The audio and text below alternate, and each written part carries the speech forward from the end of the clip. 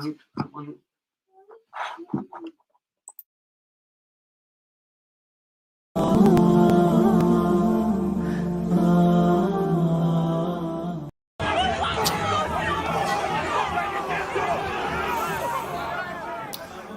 alaikum wa rahmatullah. Don't you just hate it? Every time you switch on the TV, scroll through Facebook, or read a newspaper, it's Muslims have done this and Muslims have done that. They're barbaric, this religion is dangerous, etc., etc., etc. The saddest thing is that so many people out there believe it. It's people like you and I who need to dismantle these misconceptions by showing how beautiful Islam is. If it wasn't for such amazing dawah organizations out there, many people wouldn't be Muslim today. One such amazing organization is the Islamic Diversity Centre. For over 17 years now, they've been building bridges within communities and calling people towards Islam through education, awareness, engagement and empowerment. Their amazing work has resulted in hundreds of people accepting Islam and thousands more understanding that Islam is not about killing and murder. Rather, it is a peaceful religion full of understanding, harmony and worship. In order to continue guiding the masses, they urgently need to raise £50,000. That's just 500 people donating £100 each. Now, as Muslims, if we can't sacrifice our time and resources to call people to Allah subhanahu wa ta'ala, then at least we should sacrifice a tiny percentage of our wealth, which Allah subhanahu wa ta'ala has blessed us with. Please donate £100 today and earn Sadaqah Jariyah on your scale of good deeds from now until the end of the Day of Judgment, where your only hope of entering Jannah is through the mercy of Allah subhanahu wa ta'ala. Please, lastly, hit the share button. Wajazakumullahu khair.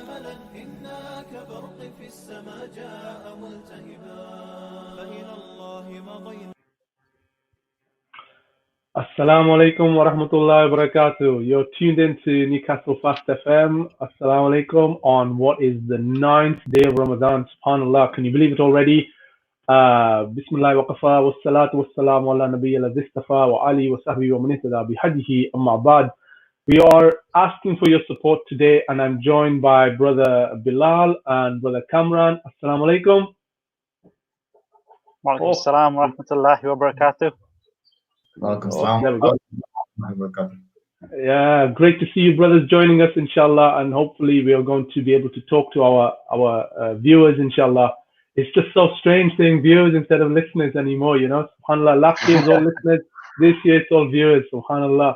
But it just really, first of all, thank you Bilal and Kamran for joining us. I know you two have volunteered for IDC, and I know, mashallah, that our viewers know something about IDC, but I think it's really important that they understand better what it is that we do as an organization. And right now, subhanallah, we're hitting just a little bit after Asr time or towards Asr time. And to be honest with you, I'm just tanked up on an Iman and a bit of vitamin D because the sun's shining, alhamdulillah. And really, I think if I could just go back a little bit, because I'm a little bit older than these two guys. So when we looked at, so IDC started back in 2005, 2006, when, you know, we saw a lot of violent acts of terrorism being conducted by people who were then putting their name of Islam on those particular acts. And it was a requirement for us in our city, of this beautiful city of Newcastle, to stand up and actually say something and do something about it. And something did get said, and something, mashallah, did get done. And what we found more importantly than anything else was that people had grievances, right? People had issues. People are saying, you know what, you guys are saying this, but this is what you're doing. This, you read this book and you dress like this, and you don't shave your faces or you cover your faces. This is what you guys are all about. What's going on? And what IDC was able to do was to provide an opportunity for dialogue. And Have any of you brothers worked on the Dawah stall before? Yes, alhamdulillah. I've been lucky enough to be involved with IDC for a while and work on the Dawah stall a few times, yeah. Yeah, and so you'll know that people love that opportunity to have a conversation, to really come to you.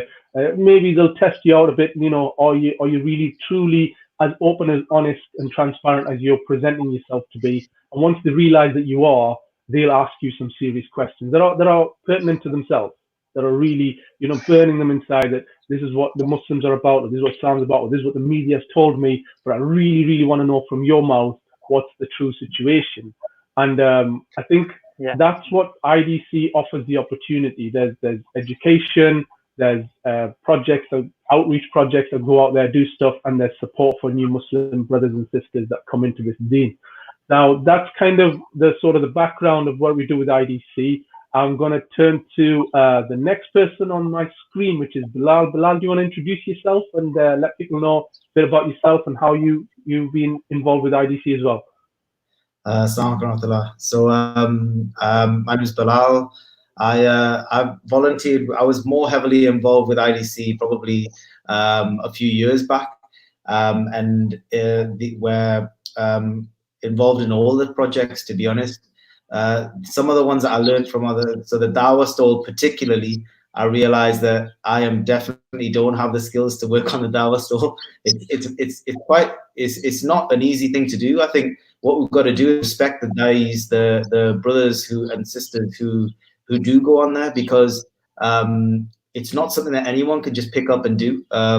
They can do it to an extent, but I think you've got to respect the skills of the brothers and sisters in IDC who have really taken the time out to learn the best ways to discuss and answer the questions that come on the Dawah stall.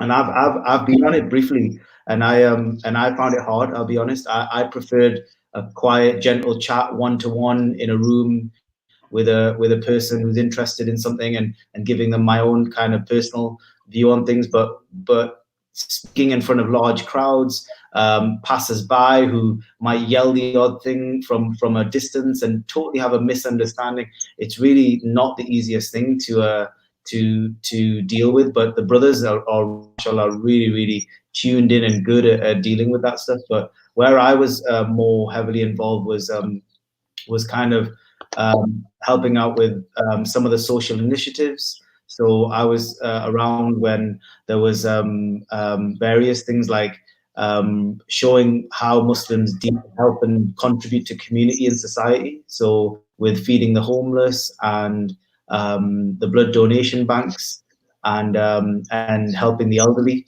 all of those things as different types of dawah. And I totally bought into the ethos of showing Islam to each aspect of the community.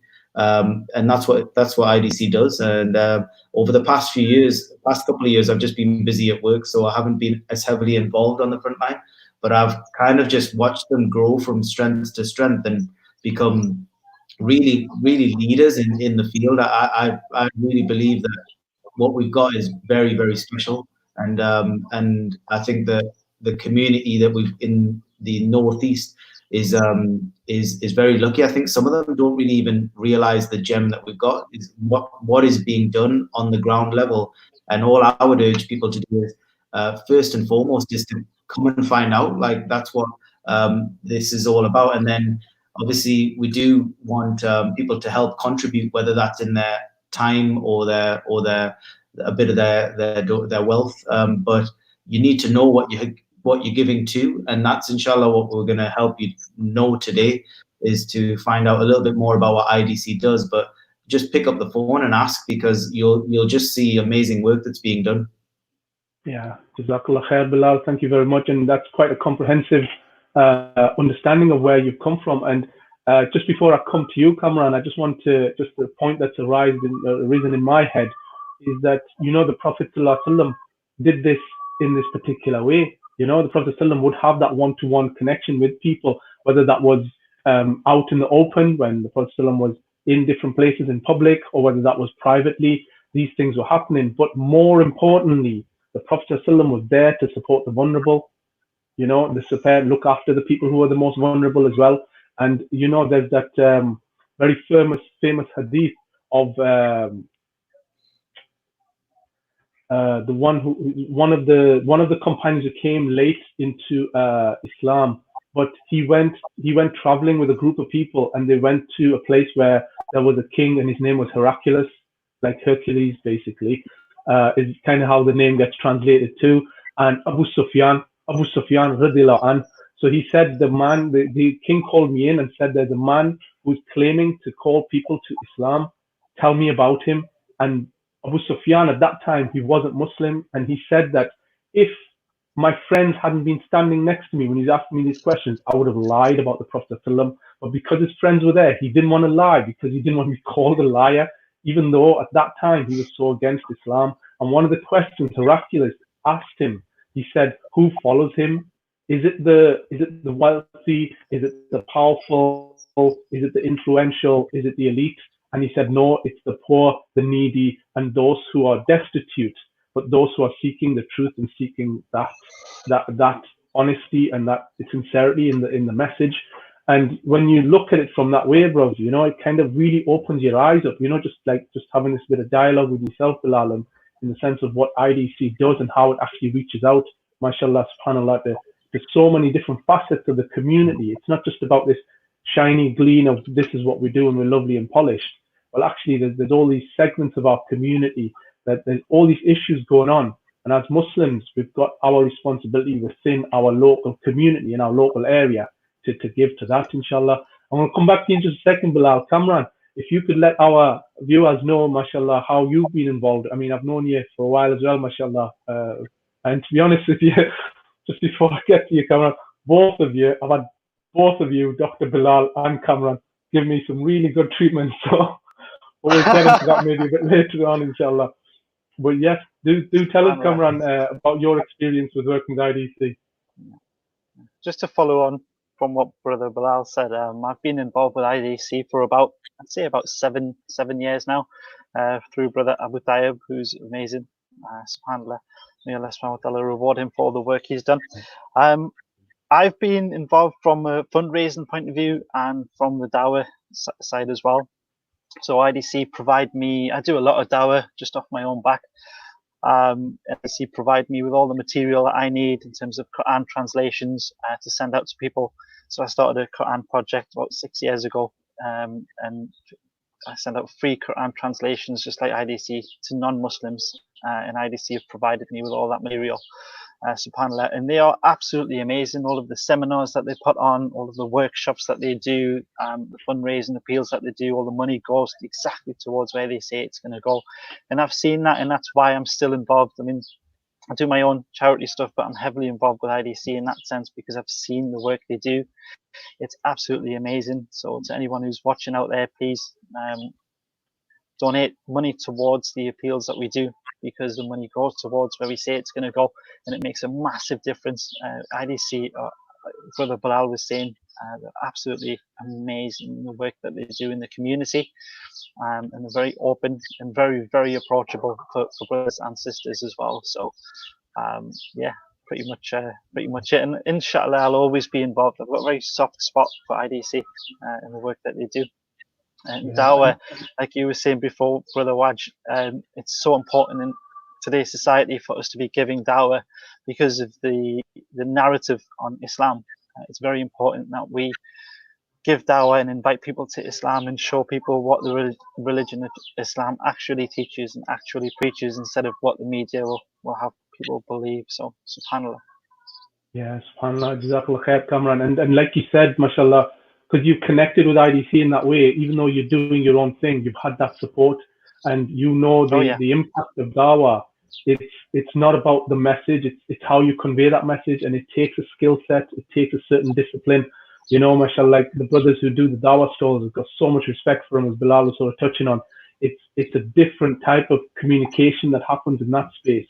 I personally have been involved with the education side, so I've done workshops in schools, I've done workshops with staff and team members from certain, you know, companies and businesses and places, and it's a totally different technique and style of delivery, but fundamentally it's so critical and important that it gets done, mashallah. And the beauty of IDC is it's all local people doing it. Do you know what I mean? It's all people from our community, mashallah, going out and outreaching within our community. And it's not just about that, you know, like I said, it's not about the shiny things on this. It's actually going out there and talking to people on those issues and allowing people to have that honest and open dialogue through the many things, mashallah. I'm just going to take this moment to hopefully add Dr. Shajil in now. Ian, Assalamu alaikum, Shajil. Assalamu alaikum. Superhero right there. Yeah, mashallah, alhamdulillah. Can you hear us okay, Dr. Shajil? For having me on. How are you doing, my brother Shajil? Alhamdulillah. It's a pleasure to be on the show. Alhamdulillah. Jazakallah khair. We've just had all of our introductions in that sense, Dr. Shajil. Do you want to just let us know how you've been involved with the IDC, mashallah, over the last few years now, mashallah, and your experience of it? Yeah, so I joined IDC in 2012. It was the same year I graduated, and I returned back to the region after studying medicine in Yorkshire. Ever since 2012, I've been involved in various projects, varying from the Dawah stall to some of the larger scale events. Yeah, mashallah. And again, we were just saying before you came on, Dr. Shajil, is that it's just me or what? That all three of you have given me some form of treatment. Just me, then, isn't it? Because I've done nothing for you guys. I think this is seeing your smile's good enough. Reflects the community, really, doesn't it? To be honest, brother Wajid. Alhamdulillah. I think Newcastle is unique in the sense that it's a major city, but also the Muslim community is quite close knit, which is different to some of the other major cities. So often we do know each other, and there's only a few degrees of separation between a lot of us, really. Yeah, alhamdulillah. And just on going back to kind of the sort of work we've done with IDC, you know, it takes a lot of understanding to be able to do dawah, you know. There's a hadith I just want to share with everybody, and for me it just sort of touches on really so much about what IDC and what we're asking our viewers to help with. So Ibn Masud radiallahu anh, he said that the Messenger of Allah sallallahu alaihi wasallam said that envy is permitted only in two cases: a man whom Allah gives his wealth and he disposes of it rightfully, and a person who Allah gives knowledge and he applies it and teaches it. And I think in this instance, what we are showcasing really is that IDC, mashallah, understands the knowledge and applies the knowledge and puts it out there, mashallah. And what we're asking our viewers today is we want just a one-off donation of £30 from 100 people that will keep that going. And that falls into the first category of those who we can envy, those who have the wealth and who dispose of it rightfully, who share it and do with it properly, mashallah. And I think, as you've said, you know, you've all sort of touched on it, is that when you do dawah, it's a challenge because it's a real skill. It's a real skill and it's a real understanding you need to be able to communicate with people, whether you've only got like 2 minutes to talk to somebody or whether you've got 20 minutes to talk to somebody. They're two very different types of conversation. Or whether you've got, you know, a few hours to do like a school session. Whatever it is that you're doing, it requires a certain skill set. And IDC has spent years developing, mashallah, the right way of how to communicate the beauty of our deen to people in our region, basically across the whole of the Northeast. And what we're asking for is those donations are going to be used to ensure that that kind of work happens within our area. And subhanallah, like I said, it's all our local community and it's all volunteers. It's all volunteers because as far as my understanding is none of us have been paid by IDC, right? None have been paid by IDC to do the you know, the education work that goes out, you know, the street food that goes out there, dawah stalls, you know, the helping the elderly projects, you know, even like you mentioned about, you know, running the you know, Brother Wajid, I must say, say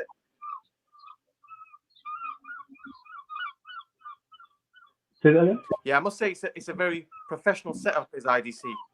And I think this is where it distinguishes itself from other organizations, that it really takes the matter of giving da'wah seriously. You know, it's not just that IDC finds some volunteers and, you know, lets them off the leash and it's a free-for-all. Actually, it nurtures its volunteers, and it safeguards the way in which da'wah is given. You know, its volunteers are trained, nurtured, and given the tools, and they're given the supervision also. I think that's what I really admire about IDC, is that its members, its senior members, its senior du'at actually supervise more junior members, the new people coming in, so that the information which is given in the da'wah is authentic, it's accurate. You know, it's not, IDC does not give a platform for anyone to talk about anything. Yeah. Rather, it's the authentic message of Islam, and you know, messages and information which is verified from, you know, ultimately from senior scholars. Yeah, if I can come in there as well, I think that's the key message that I wanted to get across as well, is that this is it's a skill. You know, a lot of the brothers who are on the webinar here, you know, we've all done some sort of training, and then the members of the public come to us and they are paying for that skill. They're paying for that to be done properly with a certain skill set, and they put trust in you to do that in the correct manner. And that's exactly what we've got with IDC and the DAIs, in that we're not, I think we've got to understand that we are putting, we want support. We've got to support the best in the community to deliver that message. You know, if you were gonna, if you had a neighbor down next door and they were interested in Islam, they wanted to know more about it, you wouldn't want just anyone to tell them. I mean, yeah, fine, you can tell them a little bit about it, but if you could choose one person in the community to go and send and speak that message to them, you'd want the most skilled people in the community to give the message. And that, there's no shame in saying it, is that we should be supporting the best people in the community who are trained at the highest levels to give that dawah, because there's nothing more. I mean, Brother Sharjil's a medical doctor, Brother Kamran does hijama, and I'm a dentist, but there's no better profession than the one who calls to Islam. And you know, that's a skill in itself, and that's what we should be. That's the beauty, like Brother Sharjil said, was that IDP takes it so seriously that the dais all go through thorough training. They are mentored, and then they're monitored. And you know, if you don't make the cut, you're not on that stall. It's as simple as that, really. So supporting such an organization is really key.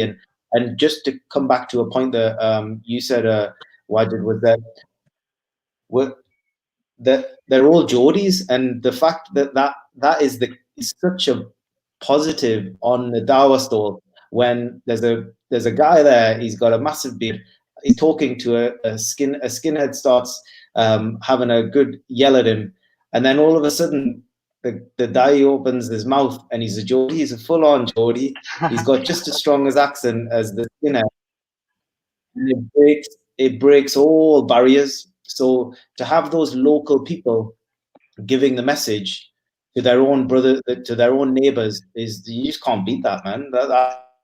That's what we need to invest in. That's just a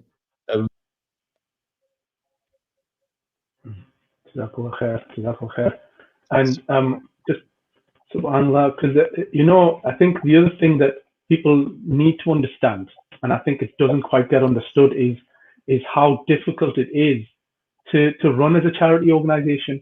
You know, because charities, first of all, if you're set up as a charity, you're signed up to the charities commission rules, right? And charities commission rules are tougher than anything else, right? Now, you could be some big, large business and you've got a lot of flexibility, you've got a lot of loopholes you can get through, and there's a whole host of things about what people get up to, you know. But with charity organizations, you've got very strict rules, and they are governed very, very clearly, and you don't have much leeway on what you can do and what you can't do.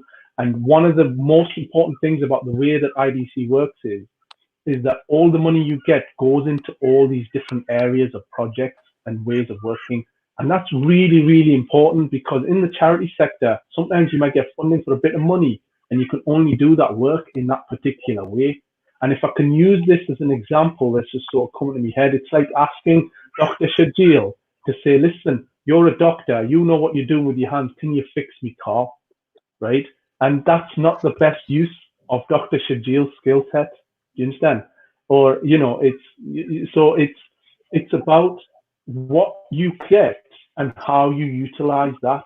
And I think it's really important that people understand that as a charity organization, when you donate to IDC, that money gets used in the best ways, gets the best people to do the best bits, whether that's education, whether that's supporting new Muslims, brothers and sisters, whether that's out there doing the social care stuff that we do in the various different ways. In our local area, I remember when there was a lot of snow a couple of years ago, and you saw the brothers out, they all turned up with the big shovels and they were clearing everything, and it was such a lovely thing to see. But it was, you know, it was done quickly, it was automated quickly, and it's because the charity, the way it's set up, the way the volunteers commit, mashallah. And like you said, you can be doctors, you can be all sorts of different qualifications and standards and what have you, but people know what they can put in. And that's what IDC offers, those opportunities, volunteers to come in for their different strengths and do stuff, mashallah. Yeah, and if there's anyone watching who isn't involved, who would like to be involved with IDC, get in touch, because there's so many different aspects you can get in touch. If you want to do dawah training, they put a lot of Islamic classes on for people. There's hundreds of different things that they do. So definitely get involved with any one of us or with the page directly, and somebody will get in touch with you to get you involved. Definitely, and I think we're looking for, you know, you can check out our website, www.supportidc.com, or you can give us a call and someone will talk to you and explain to you exactly what it is that you're doing. But we're just looking for just one-off payment of £30 from 100 people, and that will help support this organization really move on. We've had big speakers come in, mashallah. We've had people like Yusuf Chambers, Abdul Rahim Green, and, you know, back in the day, for those of you that were around, you younger kids may not remember or may remember, but we even had Napoleon from Tupac's old crew come to Newcastle upon Tyne to give dawah to kids.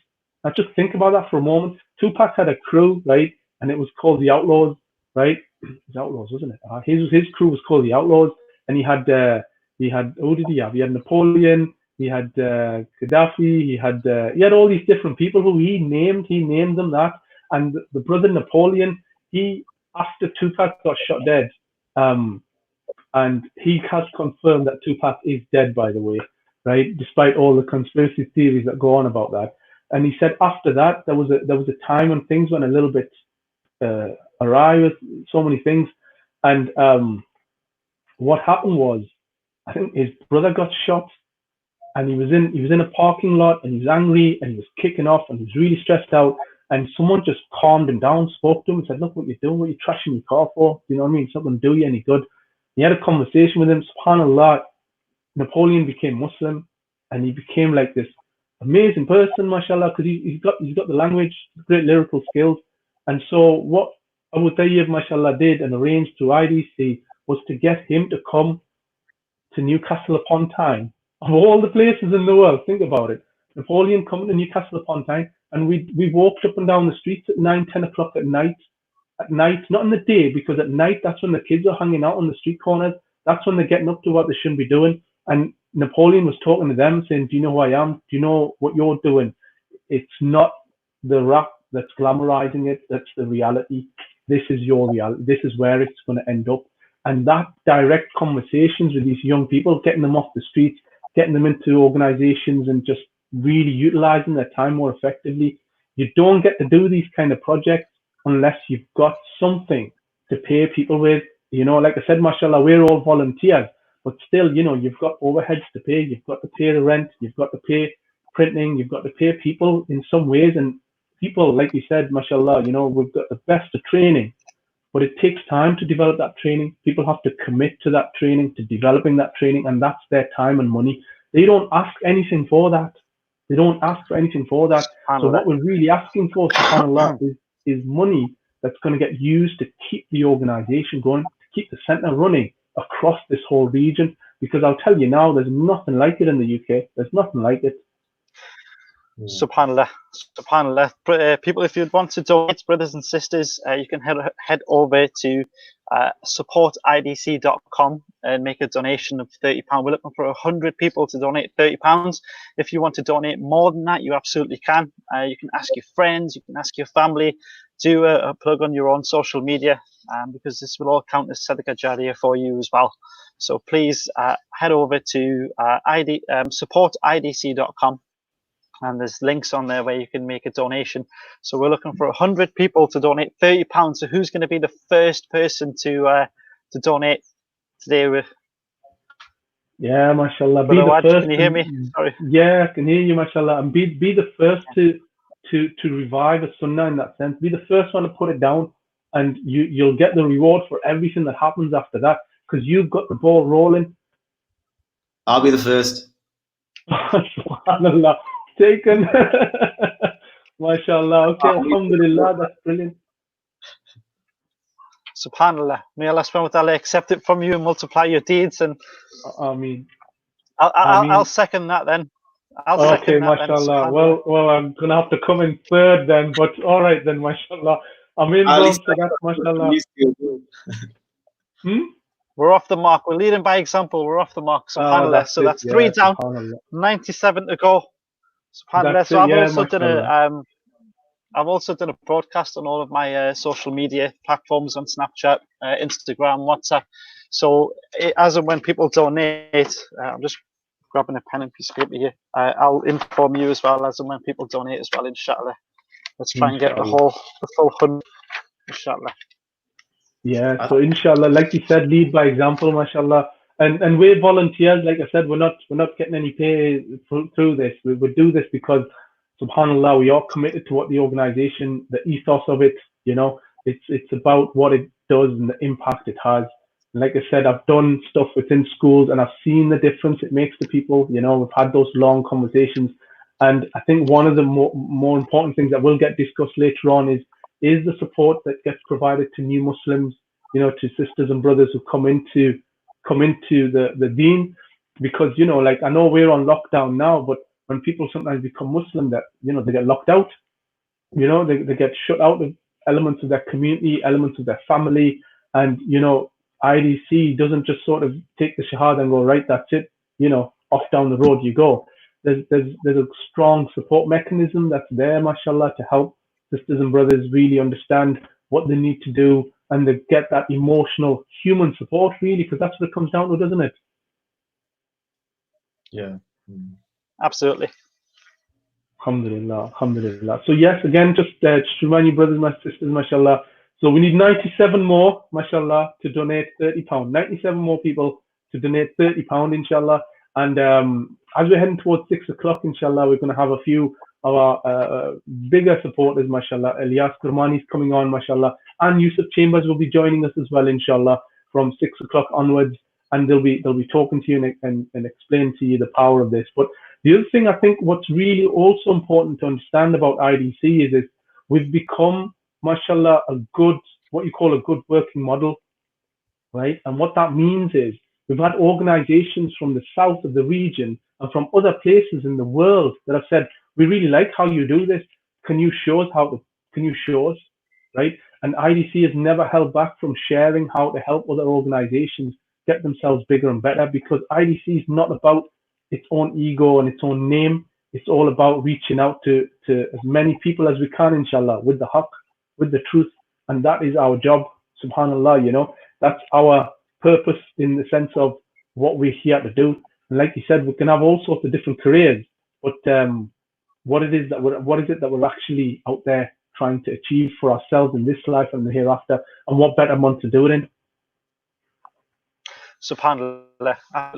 Just to add, given the importance in Islam of giving dawah, Allah subhanahu wa ta'ala says in the Quran in Surah Nahl, call to the way of your Lord with wisdom and good instruction, and argue with them in a way that is best. Verily, your Lord is most knowing of who has strayed from his way, and he is most knowing of who is guided. And there's so many more hadiths and verses in the Quran that we'll talk you through in this show. It's so important for us to give dawah. As I was saying earlier, in times like this, in modern society, there's so much falsehood, there's so many misconceptions spread about Islam. And we are working on the front line, so to speak, to clear those misconceptions from people. And to be honest, the amount of people I've spoken to who have false misconceptions about Islam, and I've personally cleared those misconceptions, all thanks to IDC and the training that they've gave me and the courses that I did with them. And so that's where your money is going. And alhamdulillah, there's been a fair few people who have accepted Islam as well from that, which we'll talk about a little bit later on. So imagine you're making a donation of £30. That money is being used for people like myself and the brothers and the sisters to give dawah. And not only is it clearing misconceptions, which is going to make life easier for Muslims, it's also potentially going to sway somebody to the right path with the will of Allah subhanahu wa ta'ala, for them to accept Islam and become Muslim and become part of the ummah, part of the family. So imagine how many rewards you would get as sadaqah jariyah for that, subhanAllah. And the main purpose, the main goal for all of us is to earn as many rewards as we can before we leave this world. And giving dawah is one of the best deeds you could possibly give. So there's information on the screen. If you want to do a bank transfer, the sort code and account number should be on the screen just here. We'll be putting the phone number up shortly as well, and the website supportidc.com. We're looking for 100 people to donate £30. We've got 3 so far. I'm sure Brother Sharjil's going to jump in as well. Welcome back, brother. I think another key area is of understanding for everyone is that so the money goes towards as the dawah stall, which is clarifying those misconceptions on a weekly basis around the monument area. But one of the big areas that really captures my heart is feeding the homeless and the elderly care projects, which is I mean, some of the brothers who go on there, you know, they won't even open their mouth. They won't even discuss anything to do with Islam or anything with some of them are just there just to get their hands mucking and hand some food out to people on the street who need food. And the mind and the opinions of the homeless people who are on the street and the elderly who have just got someone sitting next to them having a general chat with them, their opinion of the Muslim who's sitting in front of them completely transforms without even the brother or sister opening their mouths. And that for me touches the heart really strongly. And the money goes towards that, you know, like so obviously we're in a crisis period right now, and through these crisis periods, and when they talk about, you know, recession maybe round the corner and doom and gloom and all sorts, and in those times, you know, people find there's a lot more people become unemployed, there's a lot more homeless, there's a lot more people who need support. And IDC also supports those people through these projects like the feeding the homeless and the elderly care. Now look at care homes now, you know, there's people who are there who are suffering and they've got no one around them. But imagine if just before this lockdown, you had brothers and sisters from IDC who have gone in and had sat down, had a chat next to some of them. And that's what they're going to be remembering now is, hold on, it wasn't even some of my relatives who come and see me. It's the Muslim who saw it as part of his duty to come and take care of me and make sure I was okay. The same with those the ones on those on the street who, you know, they've just had a nice hot meal from some of the brothers at IDC and the sisters at IDC, and it resonates within their mind when times are tough. And so some of your donations, if I can urge everyone as well to contribute, they go towards they just go towards so many different aspects of the community, in verbal, you know, face-to-face communication, but also non-verbal silent dawah, which is basically just mucking in and helping out your community. Subhanallah. Jazakallah khair. And it's like you said, I mean, you can, when you look at what IDC does, it covers a broad spectrum, and some of that work, like you said, is within schools as well, you know, going out and preparing the right sort of materials, having different types of workshops for different age groups, you know, working with the teachers to understand the curriculum better and understand that, you know what, you don't necessarily have to teach Islam yourself, we'll come in and do it for you. We don't charge the schools for that service. You know, the IDC turn up and deliver, mashallah. And this, like you said, you know, it takes development, it takes training, it takes an understanding, and it's not just done that something you can do just off the top of your head. Especially when you're talking about deen, you can't just go around. You know, there's a very famous story when a man came to Imam Malik, radiallahu anh, you know, and he traveled many days, over many miles and many tribulations and difficulties, and got there. And he asked Imam Malik like 40 questions, and out of those 40 questions, I think Imam Malik answered one of them or two of them, and to the others he said, I don't know. So the man said to Imam Malik, he said, look, give me something to take back. And he goes, look, if I don't know the truth, I can't give you anything else. I can only give you the truth. And so the man had to go back with just one question being answered by Imam Malik. And the thing is, it's, if you don't know, you don't know. And in our deen, if you don't know, you don't make it up. You don't start making opinions, and you don't get no subjective about it. What you do is you find out the truth, you find the truth, but finding the truth has to be from the right source.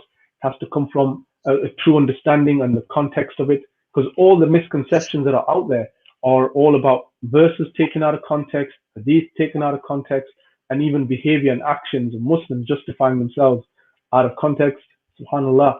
And I think it's fundamental to know that what IDC does is challenge that misconception through events. I mean, we've had some great events in really public spaces, whether it's at universities, whether it's been Teesside University, Newcastle, Sunderland, mashallah, or even just at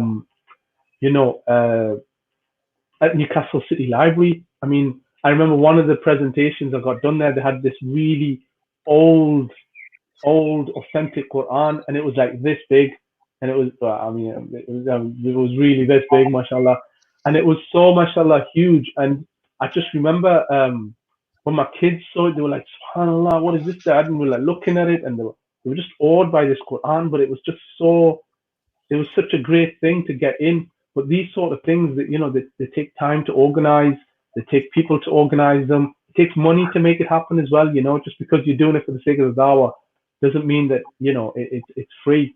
People are still going to charge you. You might get a bit of a discount sometimes here and there, but generally speaking, no, it's not going to happen. Well, Wajid, yeah. Can I give an update on how much we've raised so far? Assalamu alaikum, by the way. Wa alaikum assalam wa rahmatullahi wa barakatuh. When I jump on screen, it's just basically because we have donations coming, if you don't mind, yeah? So, Okay. alhamdulillah, you guys so far have raised £320. We've been on air for about an hour now. Alhamdulillah, we're just about the 10th of the way there now. MashaAllah, MashaAllah. May Allah bless you all. For those of you sisters and brothers who are tuned in, may Allah bless you just for spending your time here with us. May Allah bless you for any donations you are making. And for any of you who have intention of making, may Allah bless you even for that intention. And may Allah make you grant you strength and wealth to follow through, mashallah. Jazakallah khair for that update, Ajaz. Jazakallah khair, barakallah feek. We've done quite well in the first hour. Jazakallah khair to you, your brothers, for telling us about IDC. After 6 o'clock, inshallah, we'll have Elias Karmani and Yusuf Chambers joining us. So you've got another 6 minutes to try and get £180. That'll be good if you can get that. We make the 500 mark, inshallah. Oh, that would be superb, mashallah. You know, like the saying, brothers and sisters, that you're donating to something that is beautiful. But there's something you should also understand, and I think Bilal and Kamran touched upon this as well, mashallah, is that when you donate to this, any work that gets carried out by those individuals, you have a share in that, right? So you have a share in the feed the homeless people. You have a share in the care and the elderly people. You have a share in all the work that gets done in schools, helping somebody, you know, helping little children understand the true deen of Islam. You have a share in the work that gets done on the streets. You get share in when the dawah pack gets given to somebody, when we give a gift to somebody, when it's through the Quran or whether it's through the leaflets that get sent out. You have a share in that. And that person who goes on and does something good with it, that's just sadaqah jariyah then, isn't it, boys? Yeah, exactly. Absolutely. Absolutely. And may Allah subhanahu wa ta'ala accept the sadaqah jariyah that those brothers and sisters have donated. May Allah subhanahu wa ta'ala multiply their rewards. As we know, your rewards get multiplied by 70 in the blessed month of Ramadan. So thank you so much for that. I've had just to give you an update on my Snapchat. So I've had a few donations from there, and people have done bank transfers into my account. So we've got brother Muhammad Noor, who's donated £30. We've got brother Falak, who's donated £30. I'm just going to write these down as well so I don't forget to donate it into IDC. SubhanAllah. We've got brother Saj, who's donated £30 as well. And Ali Hussein, brother Ali Hussein, who's donated £30 as well, subhanAllah. So jazakallah khair for that, my brothers. A lot of people are at work as well, like, sorry we can't tune in, we're at work, but put us down for one. So brothers, if you'd like to make a pledge, even if you can't, if you're not able to make the actual donation straight away, if you want to pledge, that's absolutely fine as well. I'm going to continue raising money once we go offline as well. So if you want to get in touch with me personally, you absolutely can. Get in touch with brother Bilal, brother Waj, and that website again is Ajaz just said we're on 410, subhanAllah, £410 within the last half an hour. We've done well, brothers. We've done well. SubhanAllah. I think I wanted to touch on one thing as well, is that it's a difficult situation when a charity is doing well. You know, when a charity grows. So, for example, when a business grows, if I was to expand my business and it became bigger and bigger and better, and you saw me driving a nice car and you saw me doing well, you say, "Mashallah, brother, you got some skills, man. You're doing well." And whereas if the brothers at the charity are doing well, and you know, you're seeing events put on, and you're seeing really good high quality advertising materials, you're seeing pop-ups that are done, and you're seeing huge Qurans there, and you're seeing you know, the brothers doing really well. Even if a brother who works in a charity has a nice car, they don't get the same appreciation, the same reward or thought as a businessman. And why is that? You know, why? Especially when it comes to a charity that's involved in dawah, you know, these are the people who are calling to Islam. These are the people who are saving people, who are picking people out of the hellfire and bringing them on the right path. And those people should be, you know, they should be supported in as many ways as possible in our community. And unfortunately, it's a really difficult situation for charities to be in. I went to an event at the library, and one of the things that just absolutely just blew me away was there was probably about, you know, for my work, if I make one pop-up that tells about what we do at our practice, I'm really pleased with myself. I think I've done amazing job. Yeah. Alhamdulillah. But this was like, imagine a row of about 40 pop-ups, all themed together, all the way across like a blanket.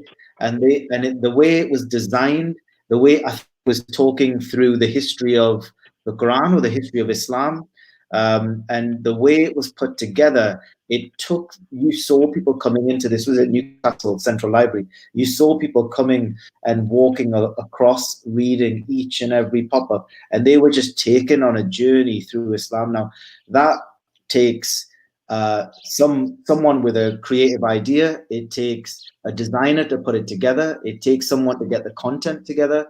These are skills. They're not with anyone. No, you can't do that now. If we show you what it takes to put those things together. Now, the question is that everyone has to ask ourselves is that, would you be happy to see that an organization, a business, is putting money towards these skills? The answer is yeah, but would you be happy with a charity that is calling people to Islam to be putting money towards the skills that are necessary? And that's where we have to change our mindset a little bit and get to grips with the fact that to be delivering the highest qualities of dawah. Now, whether that's through verbally, the right skill set to talk to someone about Islam, whether it's designing catching advertisements that make people think. You've seen adverts where you see the billboards on and with a verse from the Prophet Sallallahu Alaihi Wasallam. And the idea of those is just to, on their dreaded drive to work, the commute. And the idea is just to make them think about what are they doing in their lives. Now, if IDC was to say, yeah, we'll put a big billboard up, we as a community need to be like, yeah, do you know what? That's the type of ideas and innovation and creativity and thing that we need, that we're quite happy to support and put our money towards. Because the truth of IDC is that they are the innovators. You may see bigger dawah organizations around the UK, but IDC, make no mistake about it, is the innovator. A lot of the other dawah organizations have taken a lot of their projects and their ideas from IDC. And, I think it's time to not just, get IDC support, scraping the barrel. I think we now need to go to the next level, and we need to be given this, supporting this organization, this skilled organization in our community, to take it to the next level and become a bigger organization and do bigger innovative projects, because their community is supporting them. MashaAllah, yeah, no, MashaAllah, this is yeah. Completely agree. Completely agree with what Brother Bilal has just said. Yeah, in terms of innovation, they are the innovators. They've been around for so long. They've done so much amazing work. And I'm just going to pass everyone over to Brother Abu Tayyib now, who's just joined us. Assalamu alaikum, my brother. How are you? Wa alaikum assalam wa rahmatullahi wa barakatuh. How are you, brothers? Kamran, Bilal, Wajid. Alhamdulillah. How's it been going so far? Yeah, alhamdulillah, we've gone over £400, mashallah. MashaAllah, beautiful. Yeah, alhamdulillah. So we're really grateful for everybody, mashallah, who's donated. Jazakumullah khair, may Allah bless you, may Allah reward you. And, Ameen. as they say, charity doesn't diminish your wealth. So this money is going to come back to you, and we pray it may come back to you in a way that, not just manifold, but in a way that the barakah reaches, your wealth, your health, and your iman, and a whole different level of atoms, mashallah. This is a blessing and a barakah for you all, mashallah. And mashallah, look, the screen's filling up nice now, mashallah, subhanallah. This is good, brother, mashallah. Yusuf Chambers, nice hats. Brother Enes, nice headphones. Brother Abu Tayyib, nice microphone. I'm feeling a little bit unprofessional here, like I didn't dress up quite right for this situation. Mashallah, you're quite dressed up, going, Well, let me just make a point here, because I know you three brothers of mashallah, you've done some amazing stuff over the years with IDC. So let me start with Brother Bilal, because Bilal, you've been involved with IDC from very early on, right? And I know you've shared some of your experiences with that, and you're a long-term supporter for IDC. We know that. Just in a paragraph, in a few words, explain why you support IDC financially and volunteering, and why others should also support IDC financially. So I'm going to stick to what I've been talking about, which is I see IDC as just a very, very unique and special organization. I think that the reason why I support them so much is because I mean, I'll be the first to admit I've tried to stand on that dawah stall. I've tried it, and within about 30 seconds, I realized that, do you know what? This is a skill that is not put naturally to me. It's not, you know, I've got a certain set of skills, and I thought, and I stepped back from the dawah, and I thought, you know what? There's other projects that I'll happily get involved in, but I'm quite happy to put a little bit of my earnings towards those who are the best in this manner. Because who do I want? I want those who are the most skilled in our community and our society to be called into that. And I'm quite happy to say that's not me. You know, I'm quite happy to say I'll stick to drilling people's teeth when we're allowed back to do it. But I'm quite happy to put a little bit of my earnings to say, do you know what? You brothers are very, very good at it, and sisters are very good at this. You please go and do extra training. IDC is putting the support there. It's mentoring those people. It's firstly training, mentoring, guiding. But IDC is, I mean, I'm first-hand experience of this. They've got no the reservations in grabbing you by the shoulder and say, you're not right for this. We're not going to put you there. We're going to put you somewhere else. So I think I'm involved in some of the other projects, but where I feel like I'm not best suited, I'm quite happy to say, look, I'll go back to work and I'll try and support you in any way I possibly can.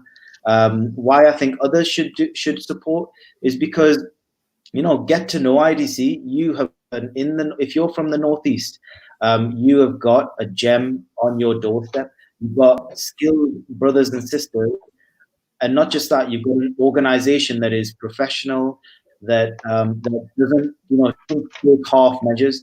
You know, if you have someone who is in your family or in your community who is not Muslim, and you want to choose who's going to talk to them about Islam, I don't know about you guys, but I would want no expense spared. I would want to make sure that, you know, the right material, the right books, the right information bits, the right are all being given to that person. I'd want to make sure that the person who speaks to that person is trained, is knowledgeable, and is well mannered, and that is what we have. And, you know, you can support this. You know, I think our community needs to realize that we need to change the mindset from the people who are involved in charity being the ones who, you know, every single penny has to go towards the person who's in need. That is true, but at the same time, you know, the books, the skills, the training, the advertisement boards, all of these things all contribute towards the message being given in the best manner.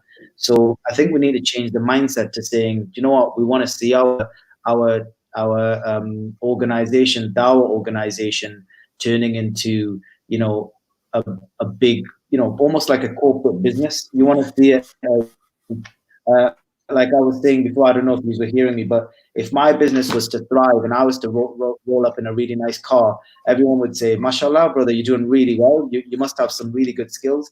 Whereas if the brothers from the charity, you know, are doing really well, the charity's thriving, you're seeing them spending money on advertising, you're seeing them even rolling up with a decent car. You know, the mindset needs to change from thinking, well, where's the money going, to thinking, well, do you know what? How many people are benefiting? And I think the numbers for IDC speak for themselves. I think, you know, sorry, this is not a nutshell. This is just a big rant, but I think everyone should support it, because I think we really don't know what we've got in the Northeast, and the brothers can elaborate on that. Subhanallah, subhanallah. Second, everything that you've just said there. Completely agree with you, my brother. It's sad that is the case, but it is the case. But people like yourself are able to give dawah and to sort of put that thought in people's minds. So hopefully people have watched that or listened to that and thought, actually, yeah, he's right in what he's saying. SubhanAllah. Completely agree with you. And just we've had 2 more donations come in as well. Just since that time, we've got Brother Zayad, who's donated £30, and Brother Asif, who's donated £30. SubhanAllah. So Jazakallah khair, my brothers. May Allah subhanahu wa ta'ala accept it from you all and multiply your deeds.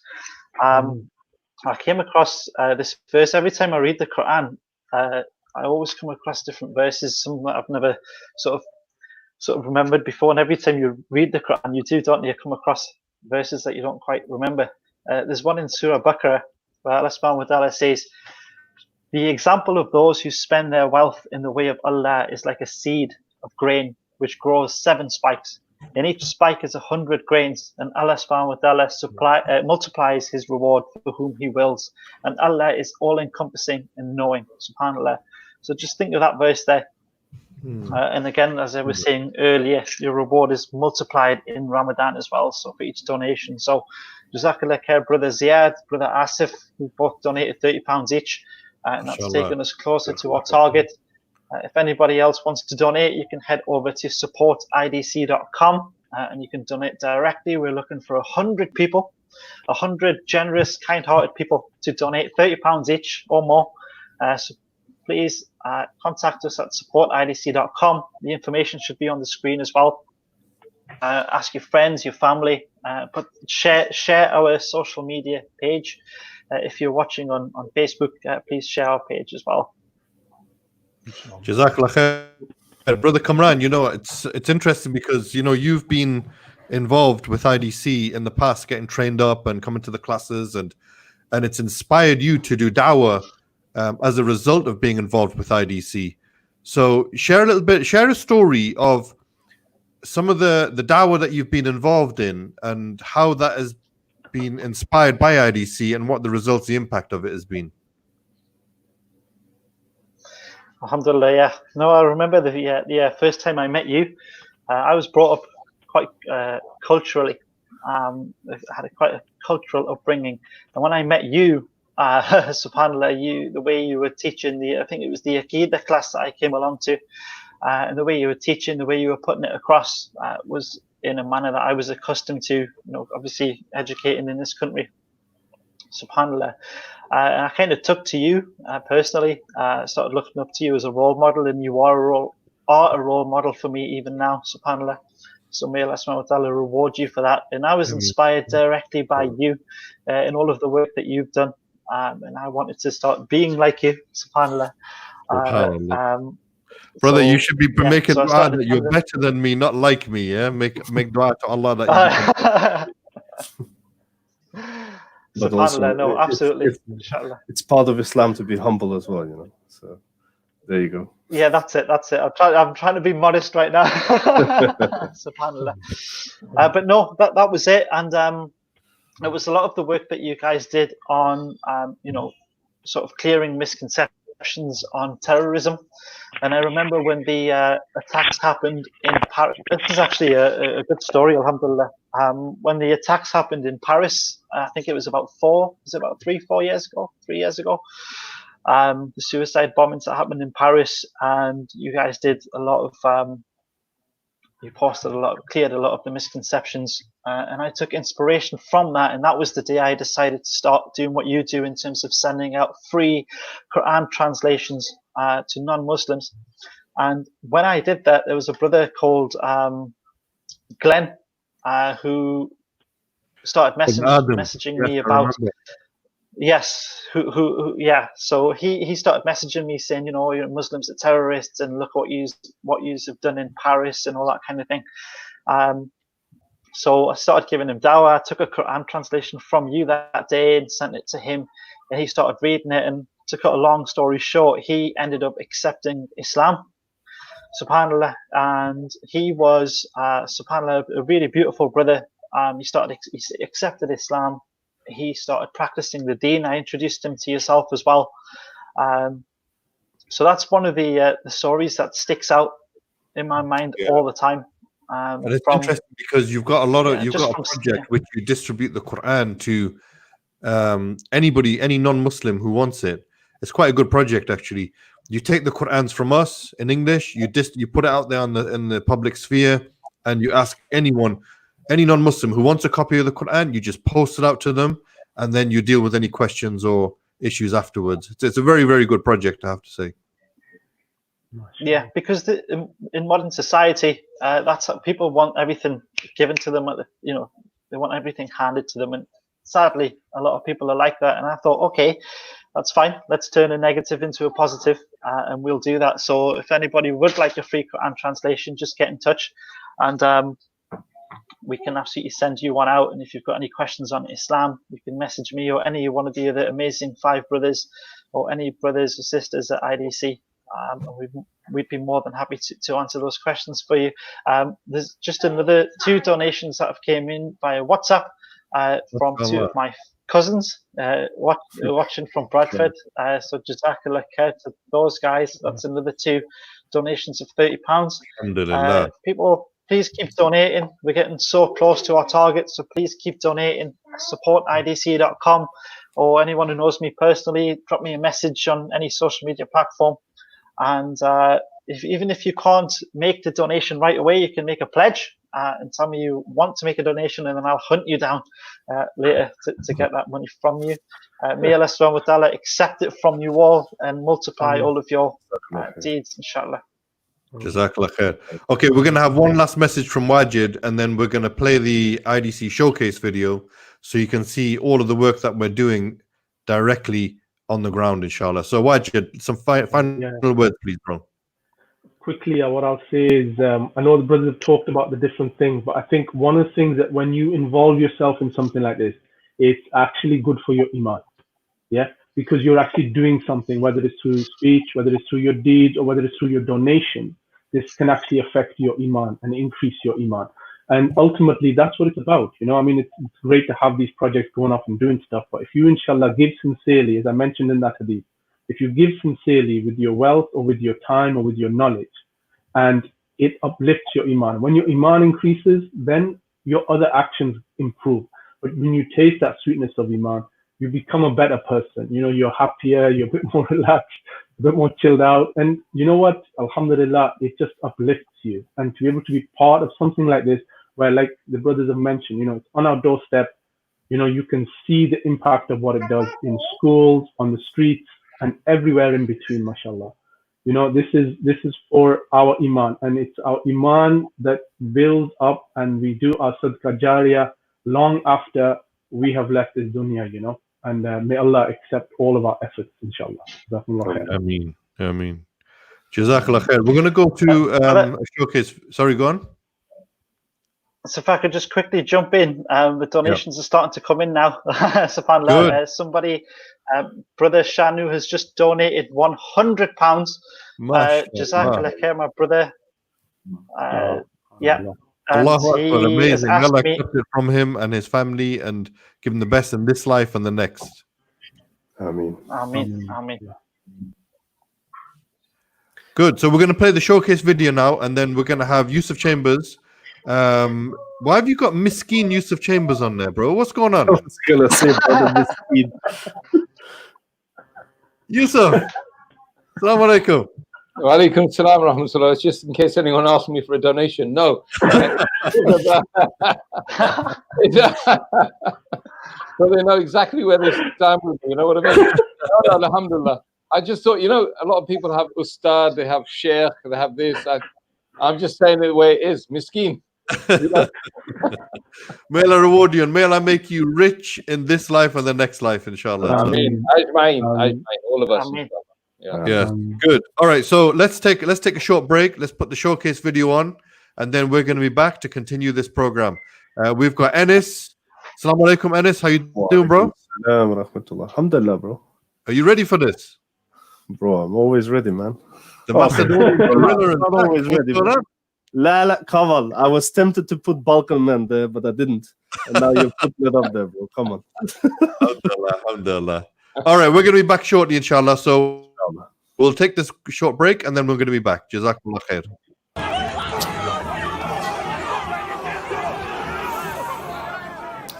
Assalamu alaikum wa rahmatullah. Don't you just hate it? Every time you switch on the TV, scroll through Facebook, or read a newspaper, it's Muslims have done this and Muslims have done that. They're barbaric, this religion is dangerous, etc., etc., etc. The saddest thing is that so many people out there believe it. It's people like you and I who need to dismantle these misconceptions by showing how beautiful Islam is. If it wasn't for such amazing dawah organizations out there, many people wouldn't be Muslim today. One such amazing organization is the Islamic Diversity Centre.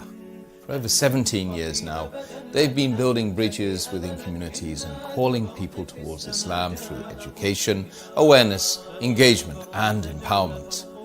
Their amazing work has resulted in hundreds of people accepting Islam and thousands more understanding that Islam is not about killing and murder. Rather, it is a peaceful religion full of understanding, harmony, and worship.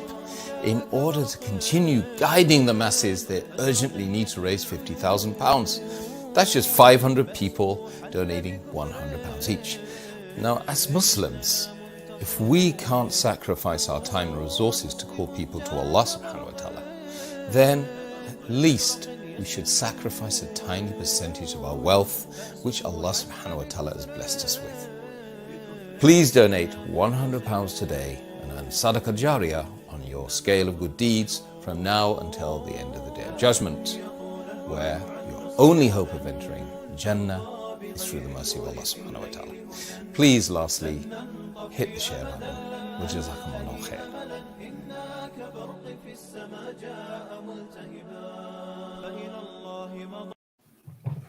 Assalamu alaikum wa rahmatullahi wa barakatuh. You're watching Newcastle Fast FM.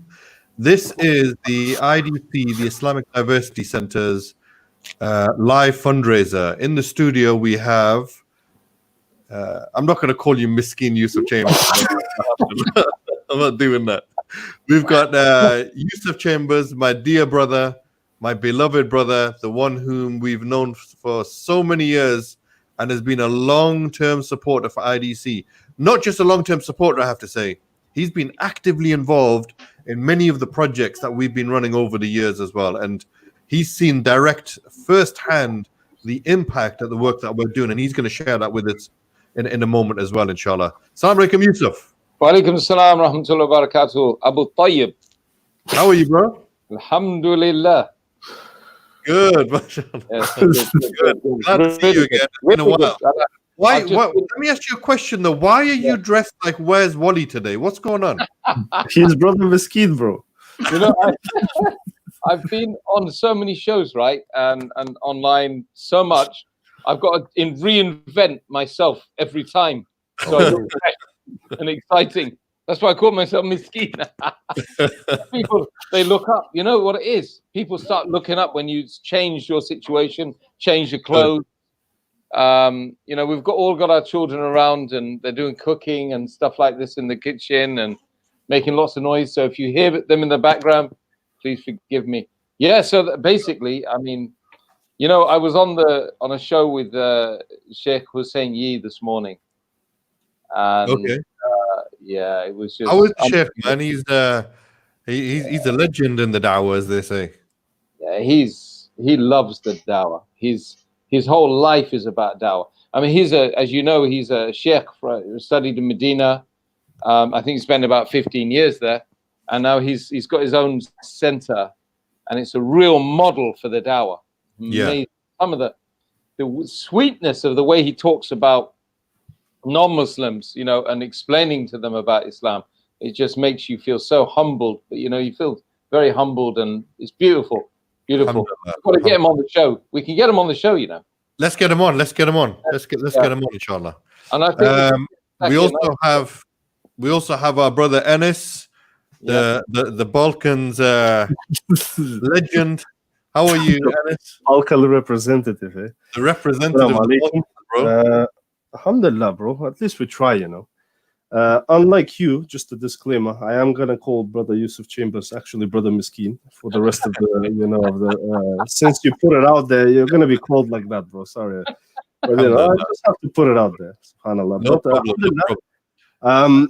I am glad that I get opportunities like this. Obviously, I want to share some of the stories. I want to share some of the experiences since I've been involved in direct dawah on the forefront 3 years now.